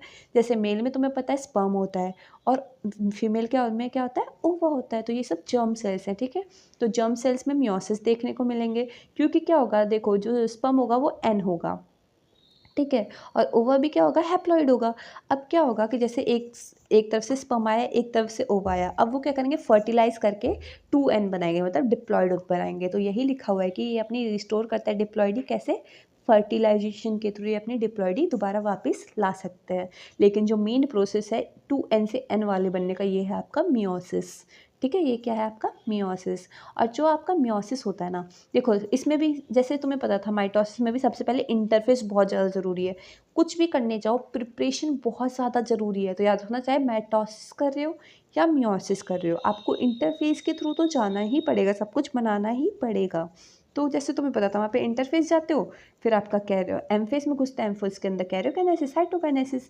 लेकिन इसमें क्या होता है? मियोसिस में होता है आपका इंटरफेस। इंटरफेस में तुम्हें पता है एस हो गया, G1 हो गया, एस फेस हो गया और G2 फेस हो गया। और उसके बाद आता है इनका 2 फेस, इनमें 2 होता है, एक होता है M1 फेस और एक होता है M2 फेस। मतलब मियोसिस 1 भी होती है इनमें और मियोसिस 2 भी होती है। अब तुम बोलोगे मियोसिस 1 मियोसिस 2 कैसे? तो क्या होगा कि इनमें मियोसिस 1 में भी प्रोफेस 1 होगा, मेटाफेस 1, एनाफेस 1, टीलोफेस 1, फिर लास्ट में साइटोकाइनेसिस। जैसे सेम प्रोसेस है, बस 1 2 लग गया, ठीक है। तो उसमें भी प्रेफेस 2, मेटाफेस 2, एनाफेस 2, टीलोफेस 2, फिर लास्ट में साइटोकाइनेसिस। लेकिन एक चीज़ जो डिफरेंस है माइटोसिस 1 के, जो प्रोफेस 1 होगा ना, उसमें ये जो 5 स्टेज है वो बहुत ज़्यादा इम्पॉर्टेंट है। ये अभी आप आगे डिटेल में पढ़ोगे, ठीक है। मैंने एक ओवरव्यू दे दिया है। क्या होता है ना यार, जैसे मैं अभी जब पढ़ती थी ना, तो मेरे साथ ये था कि मैं बहुत कन्फ्यूज़ होती थी कि अब माइटोसिस कब होगा, मियोसिस कब होगा, किसकी बाद कौन सा स्टेज होगा। तो इसलिए ना मैंने ऐसे फ्लो चार्ट की फॉर्म में इंक्लूड कर दिया। ऊपर भी देखा हो तो मैंने माइटोसिस के लिए फ्लो चार्ट बना दिया था ना, ऐसे मैंने मियोसिस का भी साइड में ही एनसीईआरटी में ही इंक्लूड कर दिया, ताकि आप जब भी पढ़ो ना, या अगर आप क्विक रिविजन भी करो ना, ये साइड वाले पॉइंट्स देख लोगे ना, तो वो हो जाएगी कि अच्छा ठीक है, ये था, ये था। फिर आइज क्लोज करके आप खुद से भी रिवाइज कर सकते हो। तो एक बार हम इसकी एनसीईआरटी पढ़ लेते हैं, ठीक है। तो क्या होता है कि production of offspring by sexual reproduction include करता है फ्यूजन ऑफ 2 गैमीट। और ये जो 2 गैमीट होते हैं वो कैसे बनते हैं? ये जो गैमीट जो फॉर्म्ड होते हैं, जो कि फॉर्म्ड होता है स्पेशलाइज्ड डिप्लॉयड सेल से बनते हैं, तुम्हें पता है गैमीट। ये कैसे बनते हैं? मियोसिस के थ्रू बनते हैं। मियोसिस क्या होता है? सेल डिवीजन जो कि रिड्यूस करता है क्रोमोसोम नंबर को हाफ से, और रिजल्ट करता है in the production of haploid daughter cell. मतलब सेल डिवीजन जिसकी वजह से क्रोमोसोम नंबर हाफ हो जाता है और हैप्लॉइड डॉटर सेल बनता है, उसे हम कहते हैं मियोसिस। और मियोसिस इंश्योर करता है कि जो आपका हैप्लॉइड फेज है लाइफ साइकिल का ऑफ सेक्सुअली रिप्रोड्यूसिंग ऑर्गेनिज्म का, ठीक है, कि आप में मतलब मियोसिस के थ्रू आपके अंदर हैप्लॉइड फेस आए, ठीक है। सेक्सुअली रिप्रोड्यूसिंग ऑर्गेनिज्म के अंदर हैप्लॉइड फेस आए, ये आपका मियोसिस इंश्योर करता है, ठीक है। ऐसे स्पर्म के थ्रू, ओवा के थ्रू, ठीक है। आप फर्टिलाइजेशन के थ्रू ये डिप्लॉयडी रिस्टोर कर सकते हैं, मैंने आपको समझा दिया है, ओके। जो कुछ की फीचर है रीड कर लो एक बार, ठीक है। क्या होता है मियोसिस में? 2 सिक्वेंशियल साइकिल आते हैं, ठीक है, न्यूक्लियर और सेल डिवीजन के। देख रहे हो आप 2 सिक्वेंशियल साइकिल आ रहे हैं, न्यूक्लियर और सेल डिवीजन के, जिसको हम कहते हैं मियोसिस 1 और मियोसिस 2। लेकिन जो डीएनए रेप्लिकेशन है ना, वो एक ही बार हो रहा है। इंटरफेस देख रहे हो, एक ही बार हो रहा है। मतलब डीएनए रेप्लिकेशन आपका एक ही बार हो रहा है। आपका जो आपका क्या देख रहे हो, न्यूक्लियर डिवीजन एक बार हुआ, न्यूक्लियर डिवीजन 2 बार, एक और बार हुआ, तो मतलब 2 बार न्यूक्लियर डिवीजन हुआ, 2 बार साइटोकाइनेसिस हुआ। लेकिन जो आपका डीएनए रेप्लिकेशन है वो सिर्फ एक बार होगा, वो भी किस फेस में? वो होगा आपका एस फेस में, ठीक है। तो मियोसिस 1 जो होता है वो इनिशिएट होता है आफ्टर पेरेंटल क्रोमोसोम रेप्लिकेट कर जाता है। मतलब जब ये पूरा क्रोमोसोम रेप्लिकेट सब कुछ कर जाता है, उसी के बाद आपका मियोसिस 1 शुरू होता है। उसके बाद क्या होता है, मियोसिस में आता है आपका pairing of homologous chromosome and recombination between non sister chromatid. ये चीज़ ना आपको आगे चल के बहुत अच्छे से समझ आएगी। लास्ट पॉइंट ना मैं लास्ट में ज़रूर समझाना चाहूँगी। मैं तब भी अभी आपको बता देती हूँ, होमोलोगस क्रोमोसोम क्या होता है, नॉन सिस्टर क्रोमैटिड क्या होता है। बच्चे बहुत कंफ्यूज होते हैं कि होमोलोगस क्या है, नॉन सिस्टर क्रोमैटिड क्या है। मैं भी होती थी, मेरे को सब पता है भाई, किस किस में आप कंफ्यूज हो गए, ठीक है। तो क्या होता है कि जैसे कि ये क्रोमोसोम है, ठीक है, इसका एक क्रोमैटिड है, ये एक क्रोमोसोम है, इसका एक क्रोमैटिड। तुम्हें पता है ये दोनों क्या है? ये दोनों सिस्टर क्रोमैटिड है, ये दोनों सिस्टर क्रोमैटिड है। ये भी दोनों क्या हो गए? एक दूसरे के सिस्टर क्रोमैटिड हो गए। तो क्या होगा, ये जो दोनों क्रोमोसोम है ना, ये दोनों हो गए होमोलोगस क्रोमोसोम। कैसे हो गए? होमोलोगस क्रोमोसोम हो गए। अब क्या होगा, ये वाला क्रोमैटिड और ये वाला क्रोमैटिड दोनों अलग अलग डिफरेंट क्रोमोसोम का वो हो जाएगा नॉन सिस्टर क्रोमैटिड। क्या हो जाएगा? Non sister chromatid, okay. ये आगे भी मैं अच्छे से डिटेल में बता दूंगी, लेकिन एक बार आपके माइंड में तो हो गया कि जैसे जो 2 क्रोमोसोम हैं जो कि एक साथ पेयरिंग कर रहे हैं, वो हो जाएंगे आपके होमोलोगस क्रोमोसोम, ठीक है। होमोलोगस क्रोमोसोम, ये जो इनके जो एक क्रोमोसोम के अंदर क्रोमैटिड है वो सिस्टर क्रोमैटिड है, और जो डिफरेंट क्रोमोसोम के बीच की जो क्रोमैटिड होते हैं उन्हें हम कहते हैं नॉन सिस्टर क्रोमैटिड। क्या कहते हैं? Non sister chromatid. तो ठीक है, तो जो 4 हैप्लॉइड सेल्स होते हैं वो फॉर्म्ड होते हैं मियोसिस 2 के बाद, ठीक है। मैंने बताया था ना, एक मदर सेल से 4 बन रहे थे, तो किसके बाद आपको देखने को मिलेंगे? मियोसिस 2 के बाद देखने को मिलेंगे। ये आपको पता ही है, मियोसिस 1 के अंदर प्रो 1, मेटा, एना, टेला 1, फिर ये सेम चीज़ इसमें, ओके। इसके बाद हम पढ़ेंगे मियोसिस 1। मियोसिस 1 में आपको क्या होगा कि आपके अभी प्रोफेस में मैंने बताया था ना 5 स्पेशल स्टेज आएंगे, उन सबको पढ़ना बहुत ज़्यादा ज़रूरी है, ठीक है। उसके बाद आएगा आपका मियोसिस 2। मियोसिस 2 बहुत ज़्यादा सिंपल चीज़ है, मैं बोल रही हूँ ना, ऐसे ख़त्म होगा मियोसिस 2, तुम्हें पता ही नहीं चलेगा। बस जो अभी जो बहुत थोड़ा बड़ा तुम्हें लगेगा वो है मियोसिस 1। देखो यार, मैंने ना एनसीईआरटी में ना इसे ऊपर बना दिया है, और हर एक पॉइंट इंक्लूड कर दिया बस समझाने के लिए। मेरे को लगता है इसका ना डायग्राम नहीं गिवन है प्रोफेस वन का, तो इसलिए मैंने ऊपर बनाया बस, ठीक है, ताकि आपको समझ में आए, ताकि आपको समझ में आए। तो जैसे कि तुम्हें पता है जो प्रोफेस वन होता है वो ज़्यादा कॉम्प्लेक्स है माइटोसिस के प्रोफेस से, ठीक है। तुम तो देख ही रहे हो कितना कॉम्प्लेक्स है भाई, 5 अलग स्टेज दे दिए, उससे ज़्यादा क्या कॉम्प्लेक्स होगा, ठीक है। तो ये थोड़ा कॉम्प्लेक्स होता है। तो किसके बेसिस पे, क्रोमोसोम के बिहेवियर के बेसिस पे ये 5 स्टेज में बांटा गया। किसके बिहेवियर के बेसिस पे, क्रोमोसोमल बिहेवियर के बेसिस पे 5 फेज में बांटा गया है। मैं तुम्हें शॉर्टकट बताती हूँ इसको याद करने का कि पाँचों फेज के नाम कैसे याद करोगे। नाम याद करना भी एक अलग ही टास्क होता है भाई। एल सेड, leptotene, zygotene, pachytene, diplotene, diakinesis. ऐसे ही कर सकते हो जैसे कि एल से किसी का नाम बना लो, लीज़ा, ठीक है। जैसे लीज़ा ज़रा पानी दे दो, ठीक है। तो कैसे, लिया ज़रा पानी दे दो, लीज़ा ज़रा, ऐसे कुछ भी नाम रख लेना, ठीक है।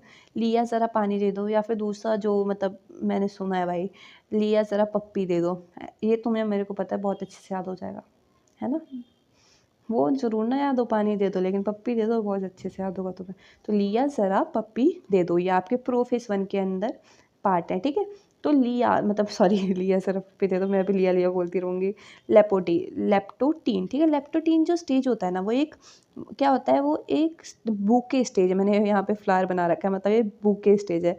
कैसा स्टेज है आपका, ये एक बूके स्टेज होता है। मतलब यहाँ पे सारे क्रोमोसोम देख रहे हो कैसे हैं, ऐसे बुके जैसे पड़े हुए हैं, ठीक है। तो ये कैसा स्टेज होता है, एक लेप्टोटीन बुके स्टेज होता है। यहाँ पे क्या होगा, लेप्रोफेज है, तो यहाँ पे क्या होगा, धीरे धीरे न्यूक्लियर मेम्ब्रेन ना गायब होना शुरू होंगी। अभी हुई नहीं है, शुरू हुई है यहाँ पे, ठीक है। और क्या होगा, सिंपल कंडेंसेशन होता है यहाँ पे क्रोमोसोम का। क्या होगा, कंडेंसेशन होगा क्रोमोसोम का। तुम्हें पता है यहाँ पे इस डायग्राम में 4 क्रोमोसोम है। कितने क्रोमोसोम है, 4 क्रोमोसोम है, लेकिन डीएनए 8 है, ठीक है। अब देखोगे आप, लेप्टोटीन के बाद आता है हमारा जाइगोटीन। क्या आता है आपका, जाइगोटीन। जाइगोटीन में आप देख रहे हो कि आपका, तुम्हें पता है यहाँ पे कंडेंसेशन हो जाएगा तो ऐसे दिखने लगेगा आपका क्रोमोसोम, ठीक है। कैसे दिखने लगेगा, ऐसा दिखने लगेगा। तो क्या होगा, आप जाइगोटीन में होगा सिनेप्सिस, सिनेप्सिस की फॉर्मेशन होगी, ठीक है। सिनेप्सिस बनेगा, सिनेप्सिस देख रहे हो, दो जो आपके सेल हैं, सेल के बीच में देख रहे हो, दोनों एक दूसरे को थोड़ा टच में याद रखना। जाइगोटीन में वो चलता है ज़रा ज़रा टच में, तो ये थोड़ा थोड़ा आप एक दूसरे को टच करेंगे, जिसके वजह से एक सिनॉप्टिनिमल कॉम्प्लेक्स बनेगा, एक थोड़ा सा कॉम्प्लेक्स बनेगा इन दोनों के बीच में, ठीक है, जिसे हम कहते हैं सिनॉप्टिनिमल कॉम्प्लेक्स। और ये क्या होता है, बाइवेलेंट होता है। इसके क्या देख रहे हो, एक साथ है, तो ये बाइवेलेंट फॉर्म कर दे रहे हैं। क्या फॉर्म कर रहे हैं, थोड़ा टच करके एक दूसरे को बाइवेलेंट फॉर्म कर दे रहे हैं। याद रखना, यहाँ पे सिनेप्सिस होगा, फॉर्मेशन होगी सिनेप्टोनिमल कॉम्प्लेक्स की, ये क्या फॉर्म करेंगे, बाइवेलेंट फॉर्म करेंगे। ये पता है मैंने तुम्हें इधर सारा ऊपर क्यों गिवन दे रखा है, क्योंकि ये जो पैराग्राफ है ना वो बहुत ज़्यादा कंफ्यूज कर देगा तुम्हें। तो ऊपर से ना, जब भी तुम रिवाइज करना चाहो ऊपर से देख के कर सकते हो, क्योंकि डायग्राम भी है, सब कुछ है, तो ईजी रहेगा, ठीक है। तो उसके बाद आता है हमारा पैकीटीन। तुम्हें पता है जाइगोटीन में आपको बाइवेलेंट देखने को मिलेगा। पैकीटीन में टेट्राड विजिबल है, टेट्राड, 1 2 3 4 ऐसे करके याद रखना। टेट्राड क्लियरली विजिबल होता है। बाइवेलेंट और टेट्राड तो इधर भी देखने को मिलेगा, लेकिन यहाँ पे क्या होगा, क्लियरली विजिबल होगा। क्या, क्लियरली विजिबल होगा। तो पैकेटीन में जो होता है टेट्राड विजिबल होते हैं। यहाँ पे क्या देखने को मिलेगा, यहाँ पे आपको रिकॉम्बिनेस एंजाइम देखने को मिलेगा, रिकॉम्बिनेस एंजाइम देखने को मिलेगा। क्यों, जब आप इस डायग्राम को ध्यान से देखोगे तो आप देखते हो कि यहाँ पे क्रॉसिंग ओवर हो रही है दो नॉन सिस्टर क्रोमेटिड के बीच में, ठीक है।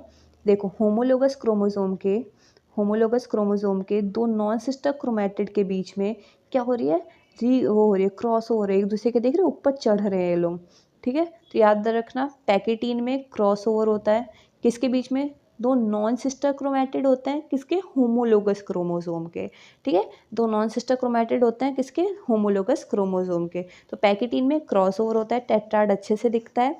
क्यों, क्योंकि यहाँ पे क्रॉस ओवर होता है, किसके किसके बीच में, non sister chromatid of homologous chromosome. और यहाँ पे रिकॉम्बिनेस एंजाइम देखने को मिलता है। का, ये चीज़ ध्यान रखना, यहाँ पे रिकॉम्बिनेस एंजाइम देखने को मिलता है। उसके बाद आता है हमारा डिप्लोटीन होता है ना, हाँ, मैं थोड़ा ना डिप्लोटीन डाइकाइनेसिस कौन पहले आता है इसमें, यस डिप्लोटीन होता है, ओके। तो क्या होता है डिप्लोटीन में एक्स शेप स्ट्रक्चर देखने को मिल रहा है, ये देख रहे हो, ये एक्स जैसा स्ट्रक्चर कोने में, जो एक्स जैसा स्ट्रक्चर होता है इसे हम कहते हैं चियासमेटा। तो डिप्लोटीन में चियासमेटा देखने को मिलेगा, जो कि एक्स शेप स्ट्रक्चर होता है।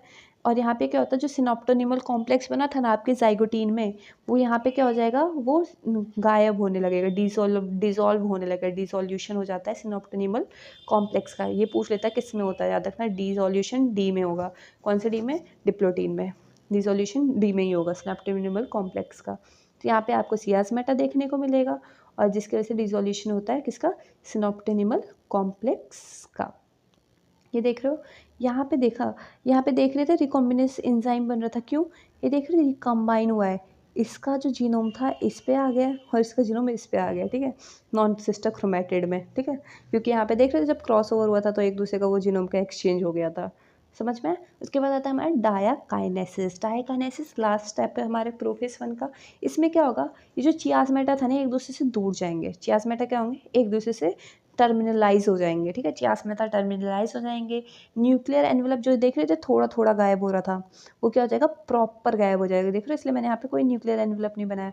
और यहाँ पे देख रहे हो थोड़ा थोड़ा गायब हो रहा है न्यूक्लियर एनवेलप, यहाँ पे प्रॉपर न्यूक्लियर एनवेलप गायब हो जाएगा, क्रोमोसोम अच्छे से कंडेंस हो जाएगा, और जितने भी ऑर्गेनेलीज थे वो सब डिसअपियर हो जाएंगे, जो कि तुम प्रोफेस में देख लेना सेम चीज़ हो जाएगा इधर, ठीक है, प्रॉपर डिसअपियर हो जाएगा। सिर्फ इसमें जो इंपॉर्टेंट है terminalization of chiasmata, terminalization of what, chiasmata. एक बार हम ये पढ़ लेते हैं जिससे आपको हर एक चीज़ क्लियर हो जाएगी, ठीक है। तो आपका प्रोफेस 1 खत्म है, मतलब ऑलमोस्ट चीज़ खत्म है, ये ध्यान रखना, ठीक है। तो prophase 1 of the first meiotic stage एक टिपिकल लॉन्गर होता है और ज़्यादा कॉम्प्लेक्स होता है, ठीक है। ये बेस्ड ऑन किसके, क्रोमोसोमल बिहेवियर के बेसिस पे इनको हमने लिया, ज़रा पप्पी दे दो, इस पे बांट दिया, मतलब लेप्टोटीन, जाइगोटीन, पैकोटीन और डिप्लोटीन और डायकाइनेसिस में बांटा है। लिप्टोटीन स्टेज जो होता है, यहाँ पे क्रोमोसोम जो होता है ग्रेजुअली दिखने लगते हैं, मतलब धीरे धीरे आपको दिखने लगेंगे, क्यों? यहाँ पे कॉम्पैक्शन होगा क्रोमोसोम का, मतलब कंडेंस होंगे क्रोमोसोम। और जाइगोटीन में क्या होगा, लेप्टोटीन में क्रोमोसोम कंडेंस हो गए, बूके स्टेज होता है, ठीक है, क्या होता है, क्रोमोसोम कंडेंस होंगे, धीरे धीरे क्रोमोसोम दिखने लगेंगे।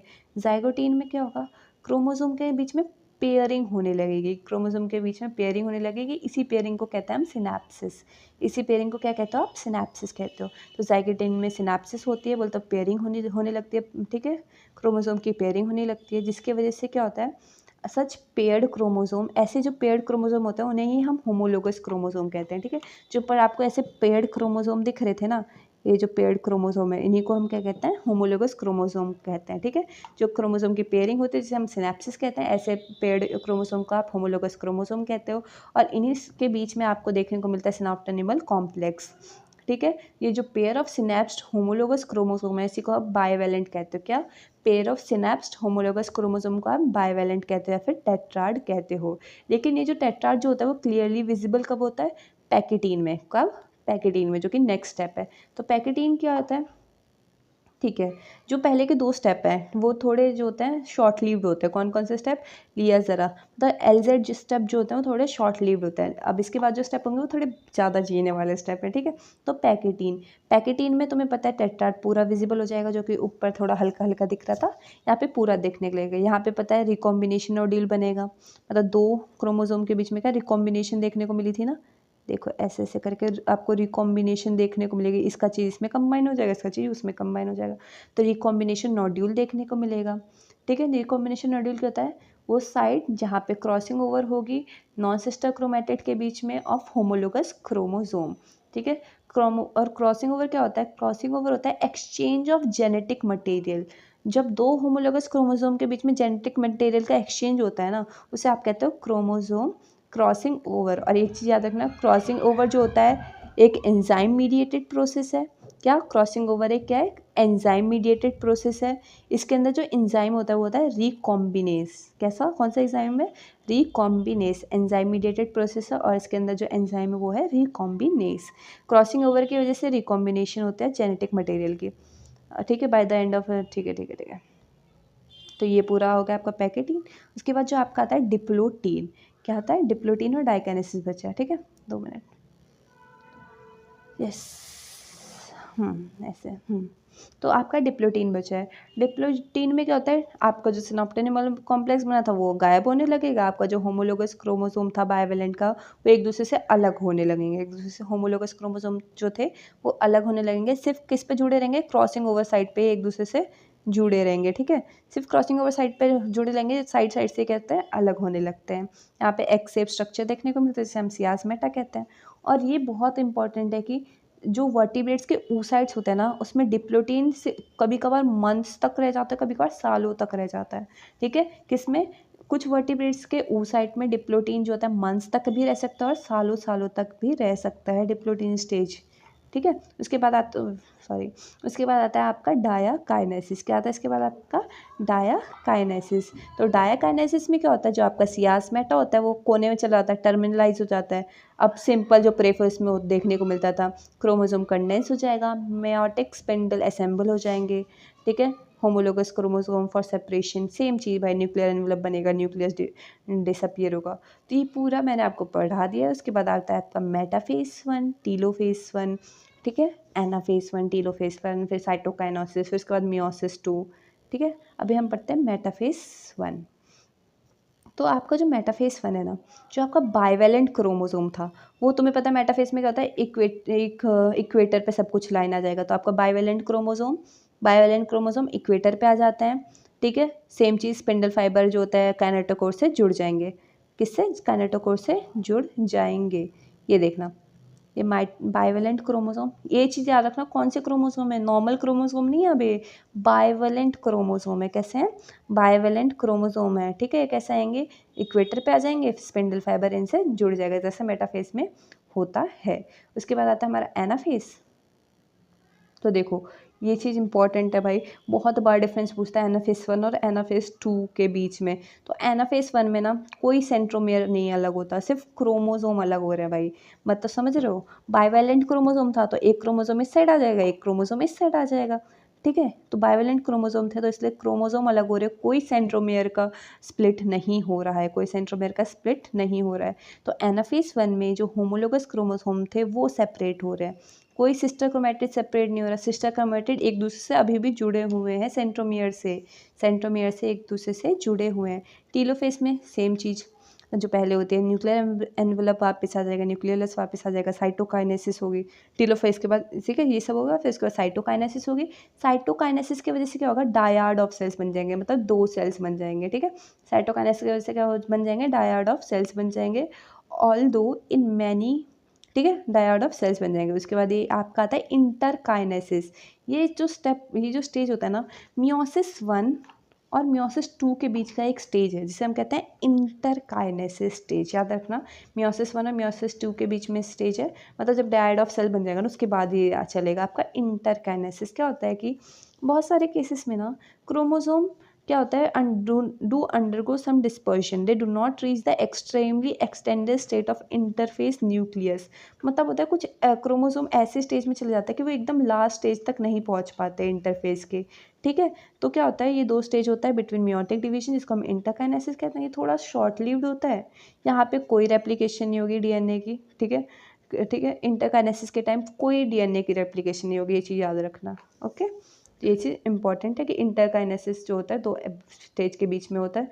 ये उसमें होता है कुछ क्रोमोसोम जो होते हैं प्रॉपर इंटरफेस न्यूक्लियस के लास्ट स्टेप तक, एक्सटेंडेड स्टेज तक नहीं जा पाते, उनके लिए इंटरकाइनेसिस होता है। उसके बाद आता है हमारा मियोसिस 2। एक चीज़ याद रखना, जो आपका रिडक्शनल डिवीजन था ना वो मियोसिस 1 था, ठीक है।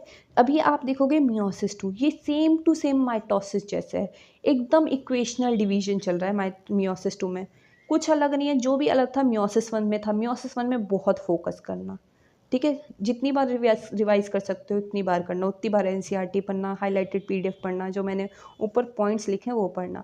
मियोसिस 2 क्या है? इक्वेशनल डिवीजन है, जैसे आपका माइटोसिस था वैसे आपका मियोसिस 2 होगा। यहाँ पे प्रोफेज 2 होगा। प्रोफेज 2 में क्या होगा कि सेम नॉर्मल, जैसे कि सब कुछ गायब हो जाएगा, ठीक है, क्रोमोसोम कम्पैक्ट हो जाएंगे, ये यही चीज़ होगा, सेंट्रोसोम अपोजिट पे चला जाएगा, ये होगा आपका प्रोफेसिस, मतलब प्रोफेज 2 में एनसीईआरटी सेम चीज़ है तो मैंने रीड ही नहीं की, ठीक है। उसके बाद है मेटाफेज 2। मेटाफेज 2 में क्या होता है? स्पिंडल फाइबर तुम्हें पता है, बीच में सारे सिस्टर क्रोमैटिड पड़ जाएंगे और इनसे क्या जुड़ जाएगा? काइनेटोकोर जुड़ जाएगा। क्रोमोसोम बीच में होगा और सिस्टर क्रोमैटिड के काइनेटोकोर से आपका स्पिंडल फाइबर जुड़ जाएगा। उसके बाद आता है हमारा एनाफेज 2। ये चीज़ याद रखना, मैंने बताया था एनाफेज 1 और एनाफेज 2 में पूछा जाता है क्या, किसमें स्प्लिटिंग ऑफ सेंट्रोमियर होता है। तो याद रखना एनाफेज 2 में स्प्लिटिंग ऑफ सेंट्रोमियर होता है, ठीक है, स्प्लिटिंग ऑफ सेंट्रोमियर होता है। क्या होता है, ये दोनों अपोजिट पोल्स पे चले जाते हैं, जिसकी वजह से माइक्रोट्यूब्यूल शॉर्ट हो जाएगा। तुम्हें पता है माइक्रोट्यूब्यूल मतलब स्पिंडल फाइबर छोटे हो जाते हैं ना, तो वही सेम चीज़ की वजह से स्पिंडल फाइबर यहाँ पे भी छोटा हो जाता है। अब इसके बाद सिर्फ जो हमारा बचा है वो है एनाफेज, के बाद है टीलोफेज 2 बचा, साइटोकाइनेसिस 2 बाद। चैप्टर खत्म भाई है तुम्हारा ऑलमोस्ट। ओके यार रुक जाओ 2 मिनट हुए। तुम्हें पता है टीलोफेज 2 के लास्ट तक क्या होगा, टीलोफेज में सेम चीज़, सब कुछ वापस आ जाएगा, न्यूक्लियर एनवेलप वापस आ जाएगा। उसके बाद क्या होगा, साइटोकाइनेसिस हो जाएगी।